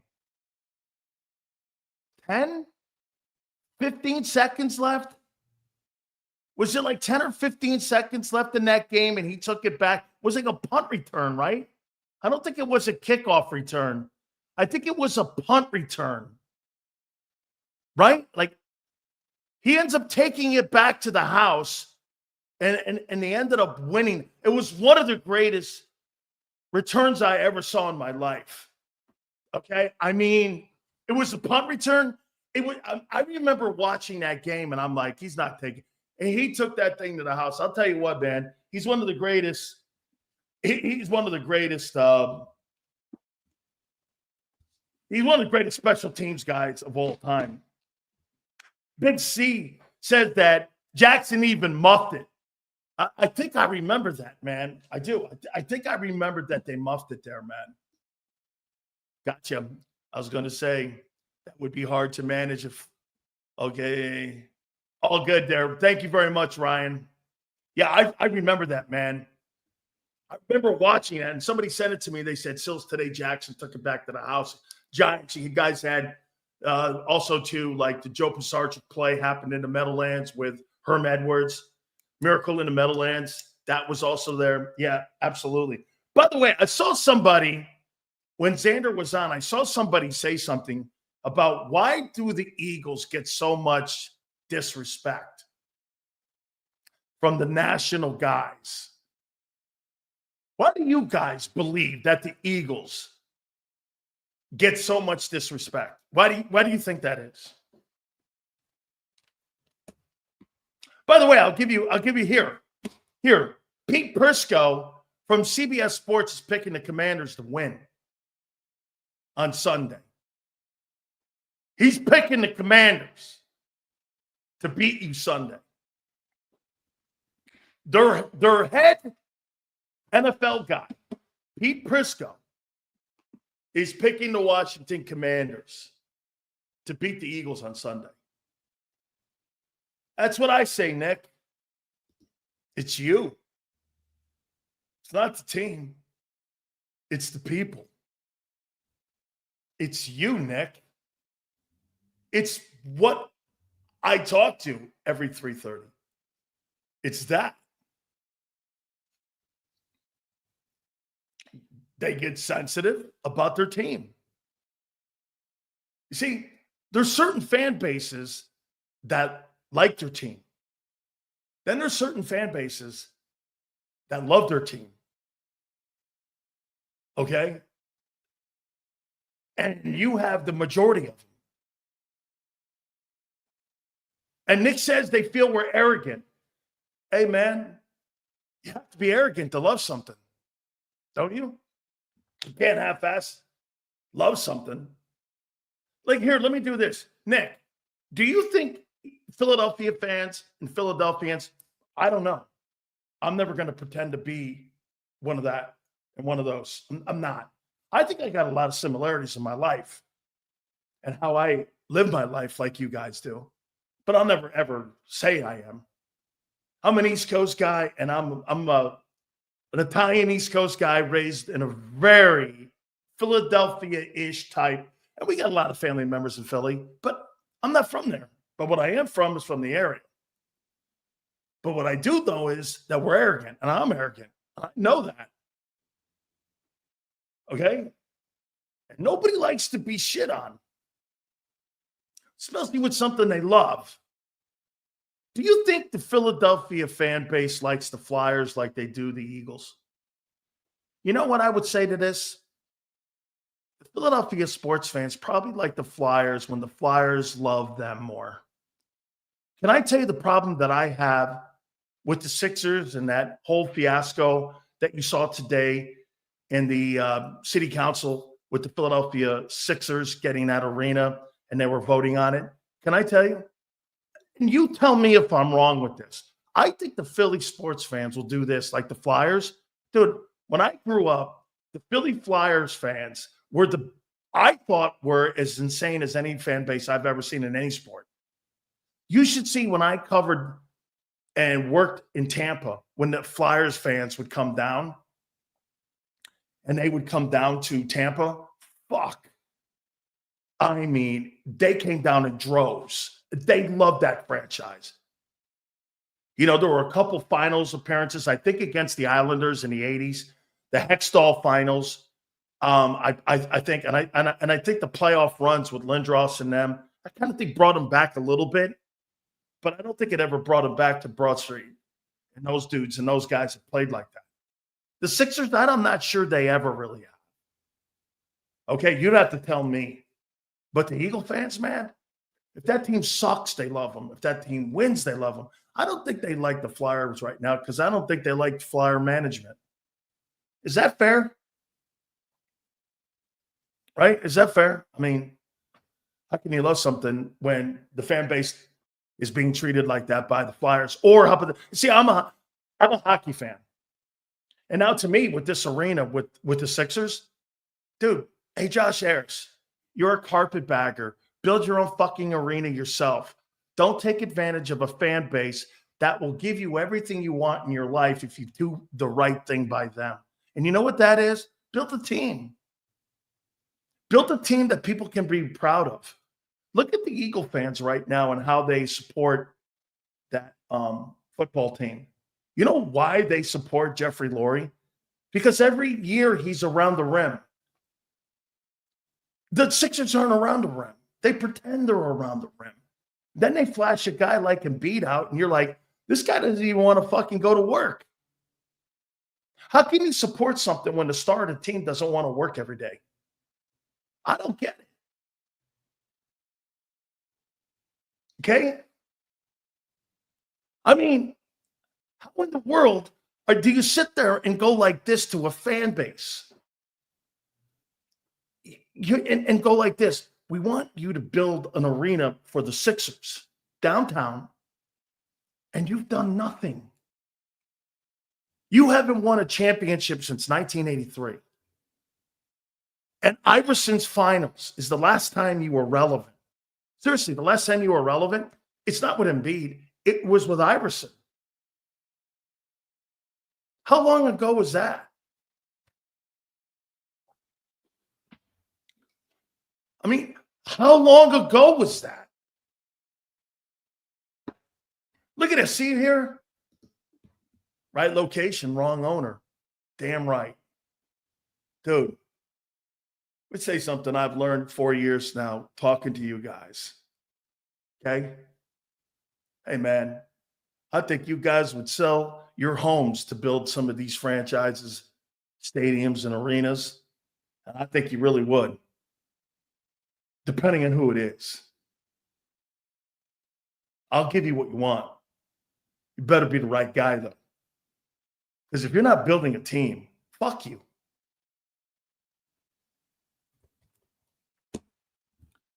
Look at this. I'm going to show you something here. And I'm just going to go down the line here of NFL. And I have been all over the country. Okay? I've been all over the country covering sports. By the way, don't forget, Phil Simms is going to join us at the bottom of the hour. Buffalo Bills have a sensational fan base. It's a sensational fan base. They love their team and they have great passion. Dolphins, horrible. The Miami sports fan is the biggest front-running sports fans on the planet, and I love the 305. I'm considered one of the greatest South Florida athletes. The Athletic did an expose on all the players that ever played there, and they went by the numbers of everybody who was a South Florida guy, and they went from 1 to 99, 000, what have you. And I got honorable mention at 93 as one of the greatest South Florida players of all time because I played at Miami Hurricanes. Okay? I love the 305. But, dude, we were the number one team in the country, and we couldn't fill the place.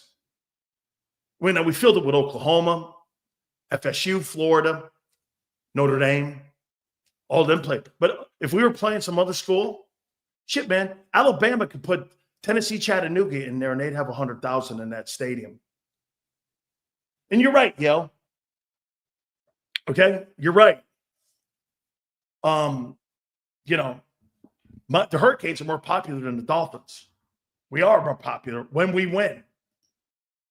Miami's a really weird sports city. The Jets are the weirdest fan base on the planet. Do they love their team? Yeah, but there's not enough of them. Because most fans in New York are Giant fans. Patriots. It's going to be interesting because here, I'm showing you fan bases compared to yours. Okay. Patriots, they love the Tom Brady Patriots. But prior to that, tell them, Yale, you couldn't get anybody into Sullivan Stadium or pre-Brady.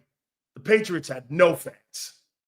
So to sit there and tell me that they have massive fans up there in New England, no, well, we'll see what they do moving forward. Okay? Actually, Big C, I think it's one of the more underrated fans, the Charger fans, and I'm talking about like in San Diego, the LA fans suck. Okay? They do. Billy Sills, you love the kickbacks from that crook Norman Brayman. He paid more for the Hurricane players than the Eagle players. That is so true. Philly, 4x4. He gave me a Corvette. That red Corvette that I post on my Twitter page, I got it from Norman Brayman. You know, it's 40 years after the fact, so I can say it. Norman Brayman gave me a Corvette. I made more money with Norman Brayman than some of your Eagle players did probably back then. So did Jerome. Norman Brayman gave Jerome Brown a credit. Oh, I don't think there's any shit. Guys are getting nil today. You know what nil means today? Now it's legal.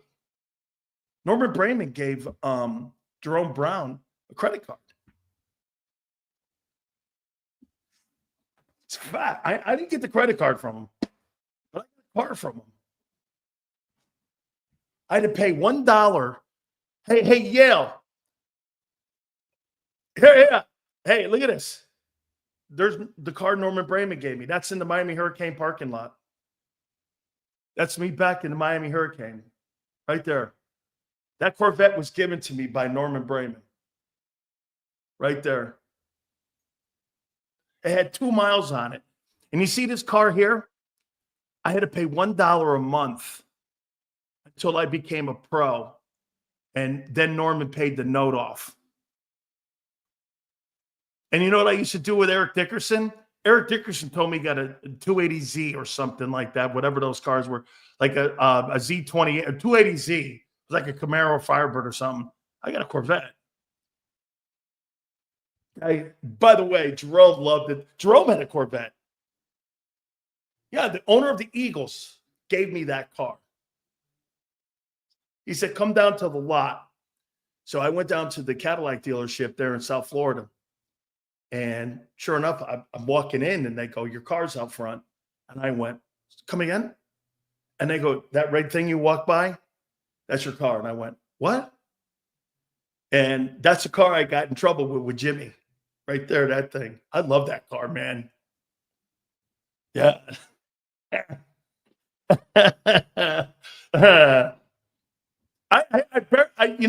tell the story every now and then. But, yeah, that's cool. Huh, Xander? I love that, man. Yeah.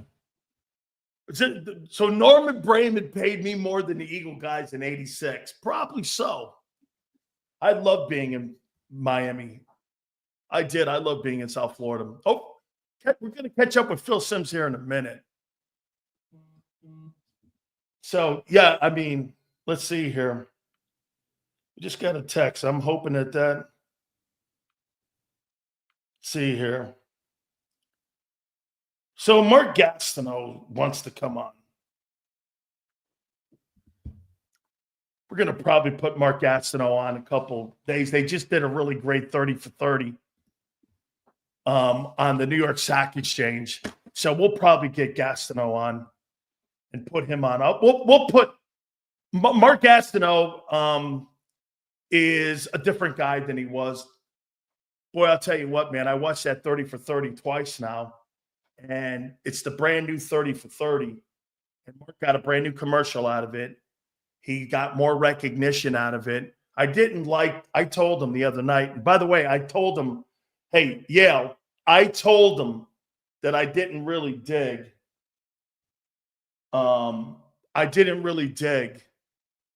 how he confronted Favre. But Brian, I get, and Favre has come out. Favre has come out and has said that's Mark calling me, by the way, because he just sent me something on YouTube. So he doesn't realize that I'm on the air here, but that's all good. Yeah, so we're going to catch up here with we're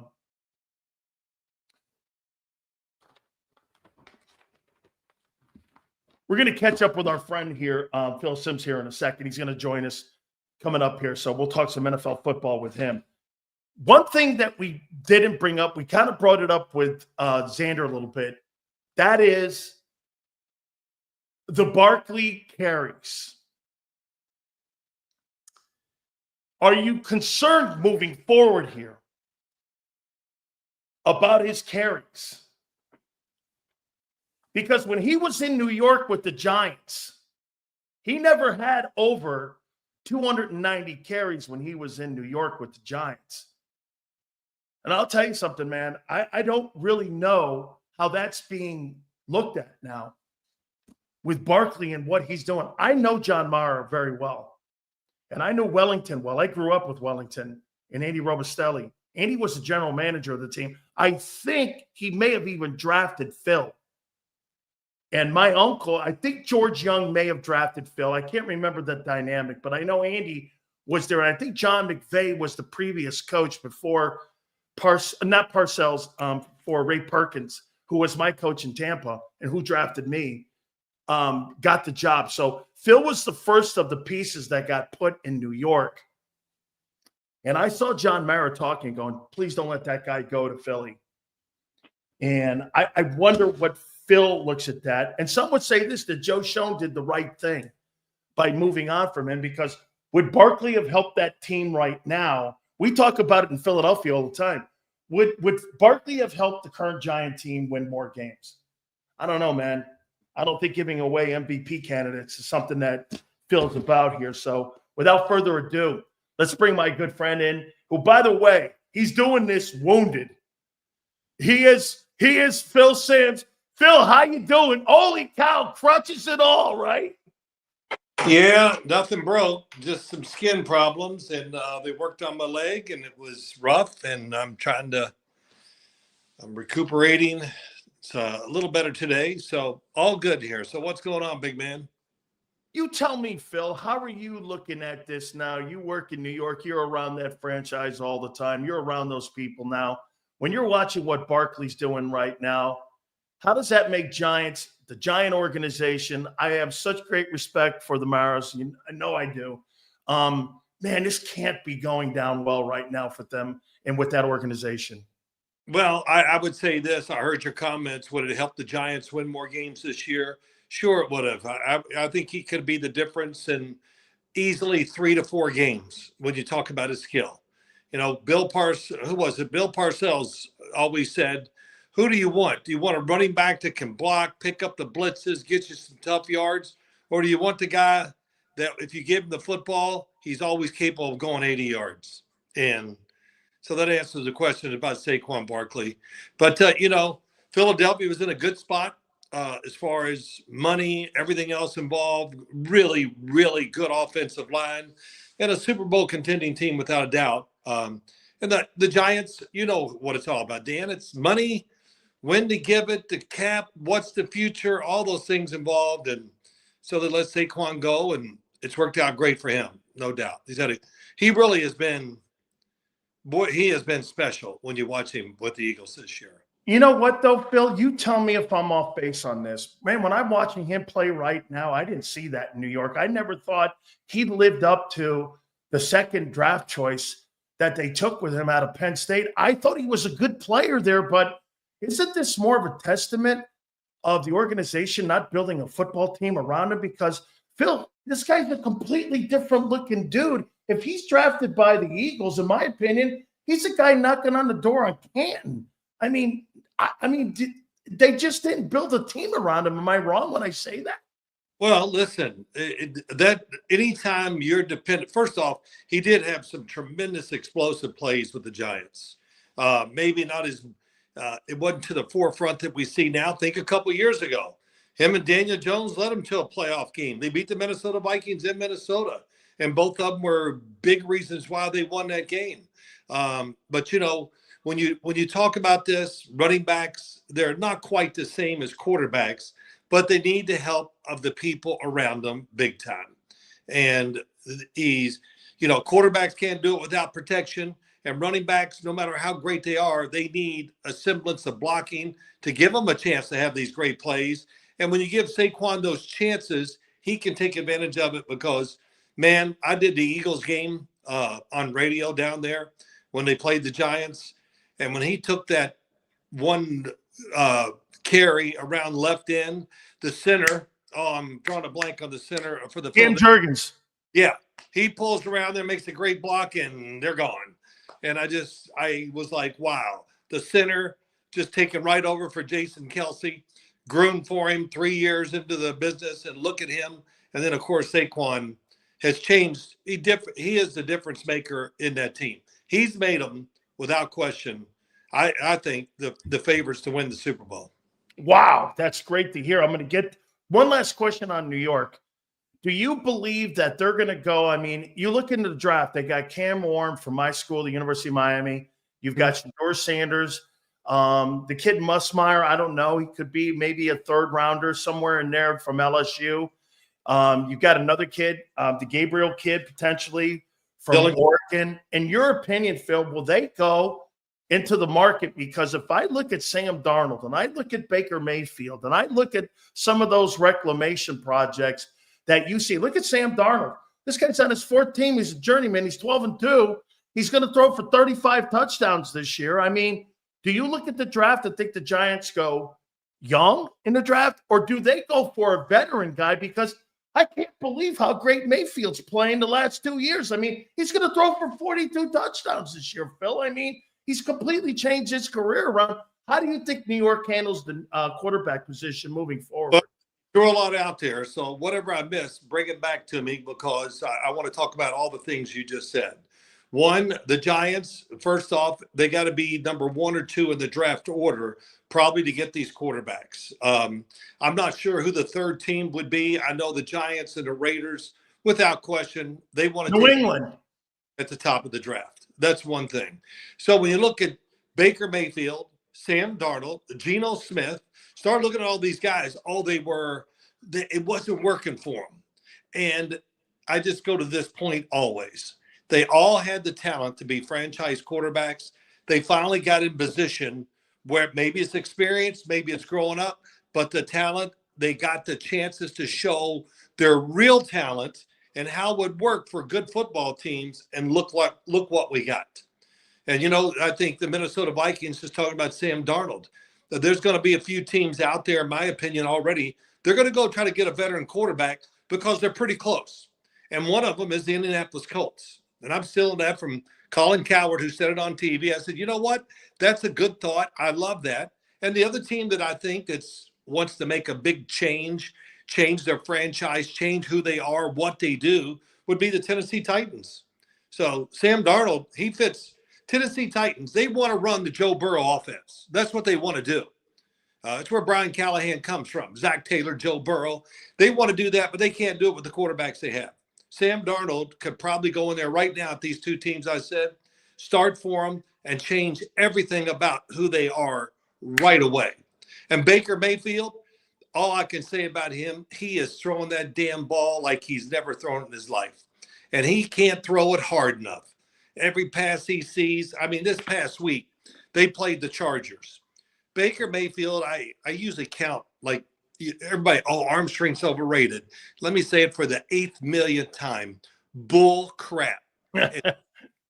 It comes in. We just don't have a stat that says power throw only gets there because you have a really good arm, but it's just another completion in the eyes of a lot of people. So, but Baker is really throwing the ball with power, with accuracy. His leadership skills are undeniable. And it's just fun to watch. And Geno Smith, come on. Yeah. Seahawks. I don't care. Oh, he's thrown 13 interceptions. I don't care. Is that all we're going to judge it on? He threw for 400 yards. They won the game. He was great. He scrambled, but he threw an interception. I mean, get off of it. This interception. I love it. Phil, let me throw this at you here, Phil. Eagles, you just mentioned it. Obviously, you believe they're the favorite to win the Super Bowl. What has changed in your opinion? I mean, look at Kellen Moore, what he's done this year. I mean, there's some people that say because the Eagles are 28th in passing, and I push back on people that said this. Well, you know, they took the 63 split window coupe out of the shed last week versus the Steelers, and they pulled it out when they needed it. Phil, I don't think you can win Super Bowls that way. I think you got to be consistent all year long to have that, to be able to do that. Because look at Baltimore, look at Detroit. They're 2 and 3 or 4 when it comes to passing and running. They have some balance there. Or am I off when I'm saying this here? Because they're 1 in rushing, they're 30th almost in passing. Right. But again, last week, you know, they were hitting on all cylinders when they went up tempo. How do you read the Eagles and their chances of winning the Super Bowl? I think they saw a game to win. They said we need to throw it, and they go out and they do it. And the fact that they're wherever they're ranked in passing offense doesn't bother me at all. It doesn't even affect me in my overall thinking of the football team and how it will roll out the rest of the year, maybe even in the playoffs. Because, you know, a couple things. One, Jalen Hurts is a very, very careful decision maker, and rightly so. He's playing on a team that's really, really good. And he's one guy, because of the situation, you can manage the game and just try not to make a mistake, which I don't like to say those things, but they're so good. If you don't make that mistake, you're always going to be in there. And sooner or later, they're going to make a big play with the run to A.J. Brown, to Devontae Smith. I mean, and Kellen Moore is doing a great job of not worrying about what people think of him. He's calling the games to win the games. And when I watch him play, just like this past week, I watched it a little on TV, but I watched the tape of it. And you know what it was? It's the offense that Jalen Hurts likes. And the pass patterns, the thought process, everything. It's back to when they went to the Super Bowl and what I've seen them do in the past. And it's what Jalen Hurts likes. So I have no qualms. I didn't know they were ranked so low on the passing thing. It never occurred to me because I don't care. Because I think what the team is, they show you whatever they need, they can do that to win football games. How about this, Phil? Jimmy Johnson came on the program and said this. There's coordinators that want to put big numbers up, big points up. Then there's coordinators that want to win ball games. And, you know, you can see the difference here. I mean, he's got a 10-game winning streak. He's 12-2. The passing game is what, like you said, I don't really care. He's won 10 in a row here. And Kellen Moore now is kind of the last 2 jobs he's been canned. Dallas and what happened, obviously they moved on because they got Harbaugh in there. So I don't know how you look at that. But, right. I mean, here's a coordinator right here that just said, hey, I'm looking to win ball games. I'm not looking to put giant stats up. Yeah, it's pretty funny when you say that. And Jimmy Johnson saying that too. And, you know, becomes the job of the head coach to make sure when he hears play calls or see how the game is being managed, he can just say, hey, look, let's run the ball more. Let's do this and put your opinion on it quick. I love coaches who, you know, of course, I learned under Bill Parcells almost everything I talk about. I can hear him right now. From the side, I'd be out in the middle of the field waiting for the play call to come in because we had a signal. And I could see Bill Parcells going, gosh, dang it. I'm cleaning it up. Gosh, dang it. Run the ball. And then I'd be on the sideline sometimes, and Bill Belichick would be, and he would go, look, I told you I want to do this. Okay, boy genius, do what I tell you. Boom, boom, boom. And so he managed the game on both sides of the ball, being the head coach. So that what I'm saying there is the coach needs to manage the coordinators, because when it's all said and done, it comes down to the coach. They're going to blame him if it doesn't work. And if the Philadelphia Eagles lose in the playoffs, they have not a great day throwing the football, this will come back to haunt them. You know, people are going to say, well, we knew during the season you were ranked so low. Well, that's, you know, you just got to deal with that. And I think these coaches and teams know what they got to do to win. Phil, you also were able to watch the Jets. I mean, explain to me one thing here with Mekhi Becton.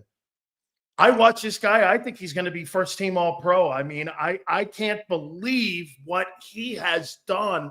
They moved him in the guard. Now, look, Jeff Stoutland is arguably the best offensive line coach in pro football. I mean, guys go out, they don't miss a beat. They put Fred Johnson in. They'll put Tyler Steen in. It really doesn't matter. This guy has been a magical magician with this 5 guys he's got there. And then this guy, Mekhi Becton, who was constantly injured in New York. He never lived up to his ability. I'm watching him. Phil, I'm like this. He's the biggest human being I've ever seen.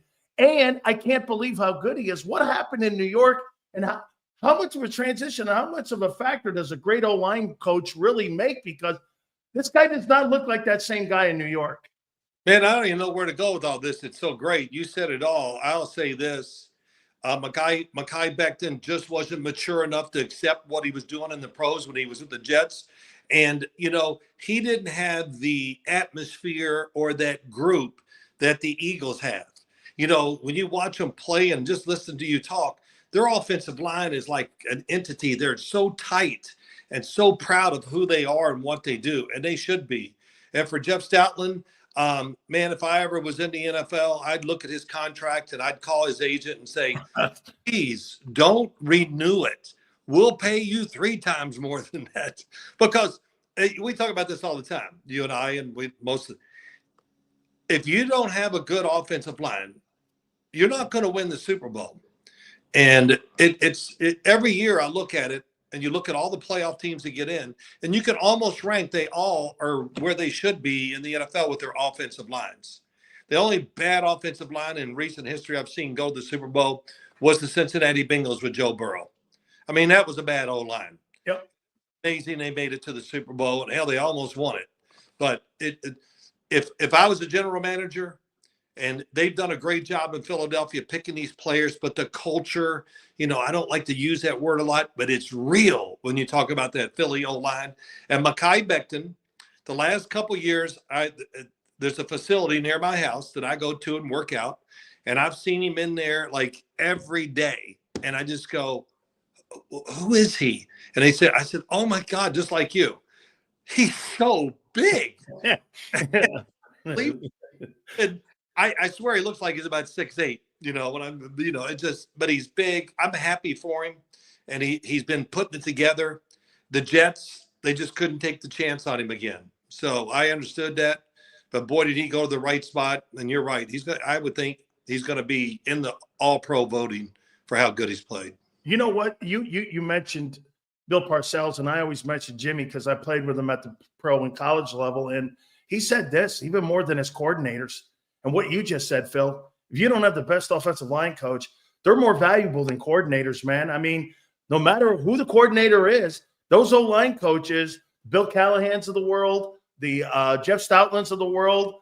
I mean, if you don't have guys like that, Howard Mudd's, if you don't have people like that, man, I mean, you're just not going to go anywhere in the playoffs. You've got to have that guy. Is that right? I mean, you think the O-line coach is arguably more important than maybe some of even the coordinators in the league? Oh, I definitely agree with that 100%. I really do. I hope they're compensated the way they should be too, you know, and it's everything. Running the ball, pass protection, and again, just being that group that's together, that communicates. They like hanging around with each other, and they got a little something to them. And, you know, I hate to always do it, but I think back to my career, and I probably had 2 offensive lines. The first one was, you know, one type, and they were dedicated, tough, smart, all that. Then the next offensive line we rebuilt with George Young a little bit, and it was all about be big. We had these big guys that could really play, and that's how you win Super Bowls. That's why we won. I mean, our offensive line was unbelievable, especially in the first Super Bowl. There was every game. I mean, I did get hit more than I wanted to get hit. I remember Jim Burt telling me Bill Parcells likes guys with big asses. I think we could say that on the TV here, but yeah. he likes guys with them big hips, and he goes, that old line that the Giants had, man, there were some big boys there in there. So I'll get this to you for it. But the number one thing that I got yelled at a lot at practice, of course, but every single week, he was on that offensive line more than any anything on the team because he knew we needed them to be really good so the whole team could really execute what we were trying to accomplish. Hey, Jumbo, man, this ain't Michigan State. Yeah, hey. Jumbo, he's the perfect guy. He was big, he was talented, he was athletic, and I'll never forget, we're playing the Dallas Cowboys overtime. The winner gets the number 1 seed. It's everything the last game of the year. He can't go in the game because his back, he's laying on the ground, and I walked over to him and I said, big man, I'm sorry, but, man, we can't win this game without you.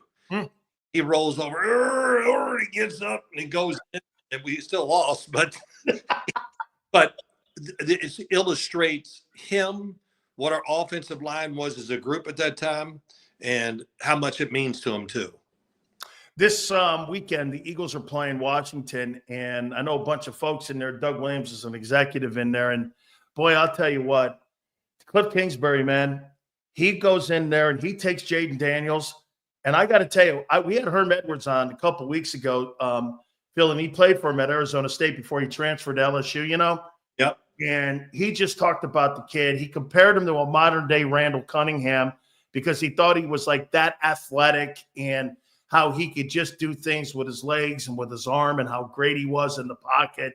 Have you been surprised on how he's adapted? I mean, look, here, how about this stat, Phil? I know you played in an era where the Washington had 10 wins every year, but this is a first 10-win team potentially if they win Sunday since 1991.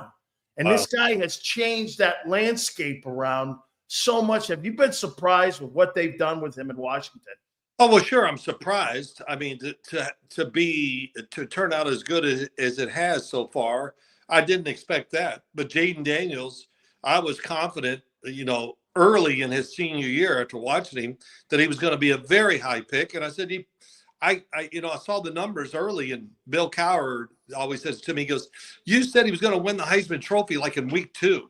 And I said, yeah, because they were running the great offense down there at LSU. It's not a duplicate of what he's doing under Cliff Kingsbury, but it was about making decisions, moving in the pocket, everything that he's doing now. And I think he's a mix between Randall Cunningham and Michael Vick. Smooth like Randall Cunningham, but explosive like Michael Vick. But he just makes it look easier. He really does. When he runs, he ran in the SEC, he ran away from everybody. And he's running away from people in the NFL. And I remember he won the Heisman Trophy. He came into our studio at CBS, and everybody's like, grabbing him. And you know how men are. They're putting their hands checking out. And I said, man, how you doing? Blah, blah, blah. And I said, has everybody said something to you about your weight? He goes, yeah. I said, don't listen to him. Your weight is be normal. You don't want to build up. Be who you are. And you're meant to be this way. And I said, just trust me. As you get older, you're going to pick up the weight. You don't have to worry about that. But his personality, even around us, he was so relaxed and such a different guy. And I can see where he doesn't have to really talk to his teammates. They all look up to him, admire him. And that's why he's a really good quarterback. And he's a good leader, too. There's no doubt. I am the biggest Josh Allen fan on the planet, have been since his sophomore year at Wyoming. I don't really think he had a great senior year. Now, again, Wyoming's not going to be Ohio State and have the conveyor belt of talent year in and year out to put around their quarterback.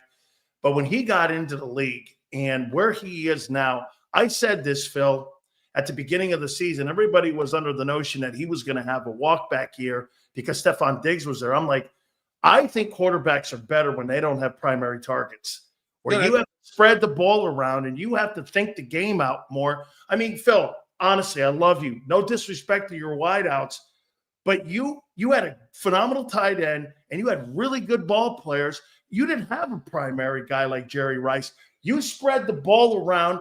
You were so good on third down, and you guys ran it. To me, I think that makes quarterbacks have to see the game more. No pre-snap reads, no landmarks, being able to have an idea when you go up tempo, you're going to be able to identify the defenses quicker. And I think that's what they're doing in Buffalo. And I think that's what Joe Brady did. They upped the tempo. They identified the defense more. The guy sees the game more. Am I right when I'm saying I see a different Josh Allen? Well, yeah, it is different. When he was at Wyoming, I didn't like him at Wyoming. I loved him. I mean, I would stay up at night, watch those late games, and most of it, and I would be on the phone with people, and we'd be laughing, literally laughing, going, "Did you see that throw?" It was incomplete, but he threw it 65 yards in a snowstorm right down it. And then he was throwing footballs that literally were bouncing off the face mask of some of his teammates, and nobody on that team he played on was drafted, not one. Just Josh Allen.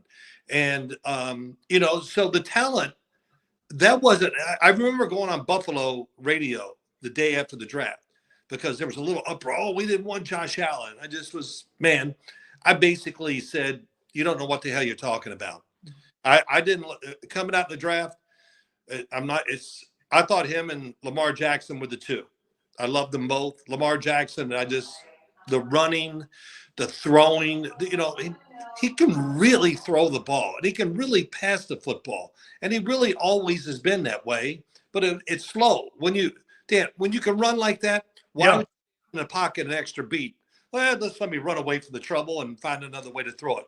But for Josh Allen, yes, he took some pace off the football. That's helped him. The offense really fits him.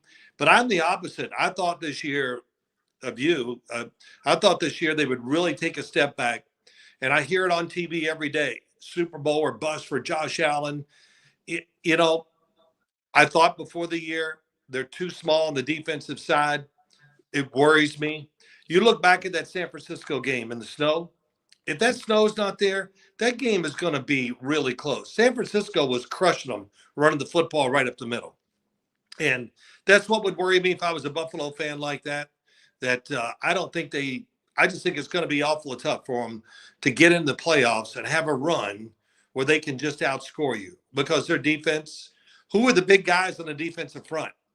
Oliver, is that the biggest guy we're talking about? Remember too, Phil, they had to cut $66 million off that cap this past offseason, and now they're still in the race here for home field. And it's great what they're doing. Joe Barry, he is not even the guy he was at LSU when they won that national championship. He's moved from that guy. It's unbelievable because he became a pro football coach. And I know they had great offense at LSU, but really all it was, let's spread it out, throw it to somebody. They just had so much talent that you just couldn't stop them. And Joe Burrow was orchestrating and doing what he's doing in the NFL. But he's done a great job with the offense. They mixed it up. They got some little tricks, really clever plays, everything. I love what they do right now. And he's moving around, and he's being careful in his decision-making too. When you can throw like him and run like him, you can be careful as a player and still play great. Only a couple guys can do that. Him, Lamar, Mahomes, probably Joe Burrow. Who else? Justin Herbert. My God, he's ridiculous. He's ridiculous. But he's got to someday here in the next couple of years, they got to put it together big time. They're getting close, but those are the guys that can just do it many different ways. They all have a lot of things in common. Size, not really good, powerful arms, and accurate with the football. I mean, what else can you ask for in a starting quarterback? Two last ones here for you, Phil. You mentioned Lamar. What has Todd Monken done over the last 2 years with him now that he's seen the field better? I mean, he's going to throw for 4,500 yards and 40 touchdowns. I mean, the year he won the MVP, the first one, he threw for 3,100 yards. I mean, we're looking at a completely different dude. And when I watch him in games like I watched him against the Eagles, man, sometimes I think he gets away from running the ball sometimes where he needs to. He's trying to be a pocket passer still. He's such a competitive guy that he wants to carry the team on his back. I'm not calling it hero ball, but, he's such a competitor. But when I watch him throw the ball now, it's a completely different dude than 2-3 years ago when he won those MVPs. What's different? Well, it's the teaching of the offense and how he's changed too. All the experience, even with all the running, the experience that you gain when you do throw, you just go, and he now uses his running just to buy time to throw. I mean, how many quarterbacks, when they get in trouble and feel pressure, they go backwards 10 and 15 yards. He's the only. He goes backwards. Mahomes goes forward to find the cracks. Lamar Jackson goes backwards to throw the ball. I've never seen anything like it. But think about it this way: you had Greg Roman, who created a run game, the greatest run game we've seen in NFL history. Now he's got a coach that's more about throwing the football, and Todd Monken, and they are doing a great job. I love watching their, early in the year, I said, nobody can beat them because you can't outscore them. And, of course, that's changed. They've lost 5 times. But I love the offense, what they're doing. They know how to pace the run. And the passing game, they got all the bells and whistles, and they got the talent too. So, and Lamar, I'll say this, everybody, Josh Allen's going to win the MVP. I think it's going to be Lamar. We still got 3 games to go. Yep. He never fails to put up big numbers. And Josh is putting up big numbers too, but I don't have the confidence in that offense and team as much as I do the Baltimore Ravens. I'm going to end it here with Mahomes. Phil, you know how hard it is to win back-to-back anything in the NFL, let alone games, Super Bowls. Now you're going for a 3rd one. His worst season in the last 5 years is better than 95% of the best quarterbacks in the game, and they're 13-1. Andy Reid again, Steve Spagnuolo on the other side, 4 rings on that defensive side.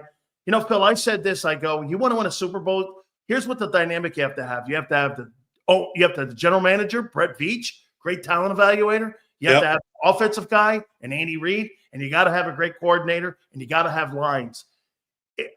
Are you sold that it's them versus everyone still to win that Super Bowl? No. No, I'm not.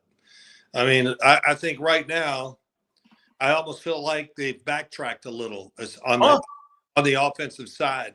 Mahomes, the pass protection, I don't think there's enough trust. So he's looking to move almost before he finishes his drop or his fake and play action passes. And, then we talk about the receivers. There are plays that nobody gets open, but I do see a lot of plays that are open. And I see plays that I know where he's supposed to read, but he doesn't give it time. And there's big plays to be made. Just like this past week, they played Cleveland. There were, it kind of reminded me of last year when they just couldn't work it. And all of a sudden with the last 3 games of the year, Mahomes played the play out the right way, got rid of the ball, and all of a sudden it looked like a different offense. Kind of like, let's just control the ball, manage the game, and we're going to beat people that way. And that's what they did through the playoff run at the end of the season. Just think about how they managed the game against the Baltimore Ravens. Yeah. In the championship. It was magnificent. I said, that just shows you they're willing to do whatever it takes to win. But I think they're back in that spot again, Dan. I'm a little worried about the offense. The offensive line, of course, talked about a lot. But I'm just worried about it that it's just not executing the plays a lot of times the way they've drawn it up. Phil, I can't thank you enough, man, for finding time and playing hurt here for me today.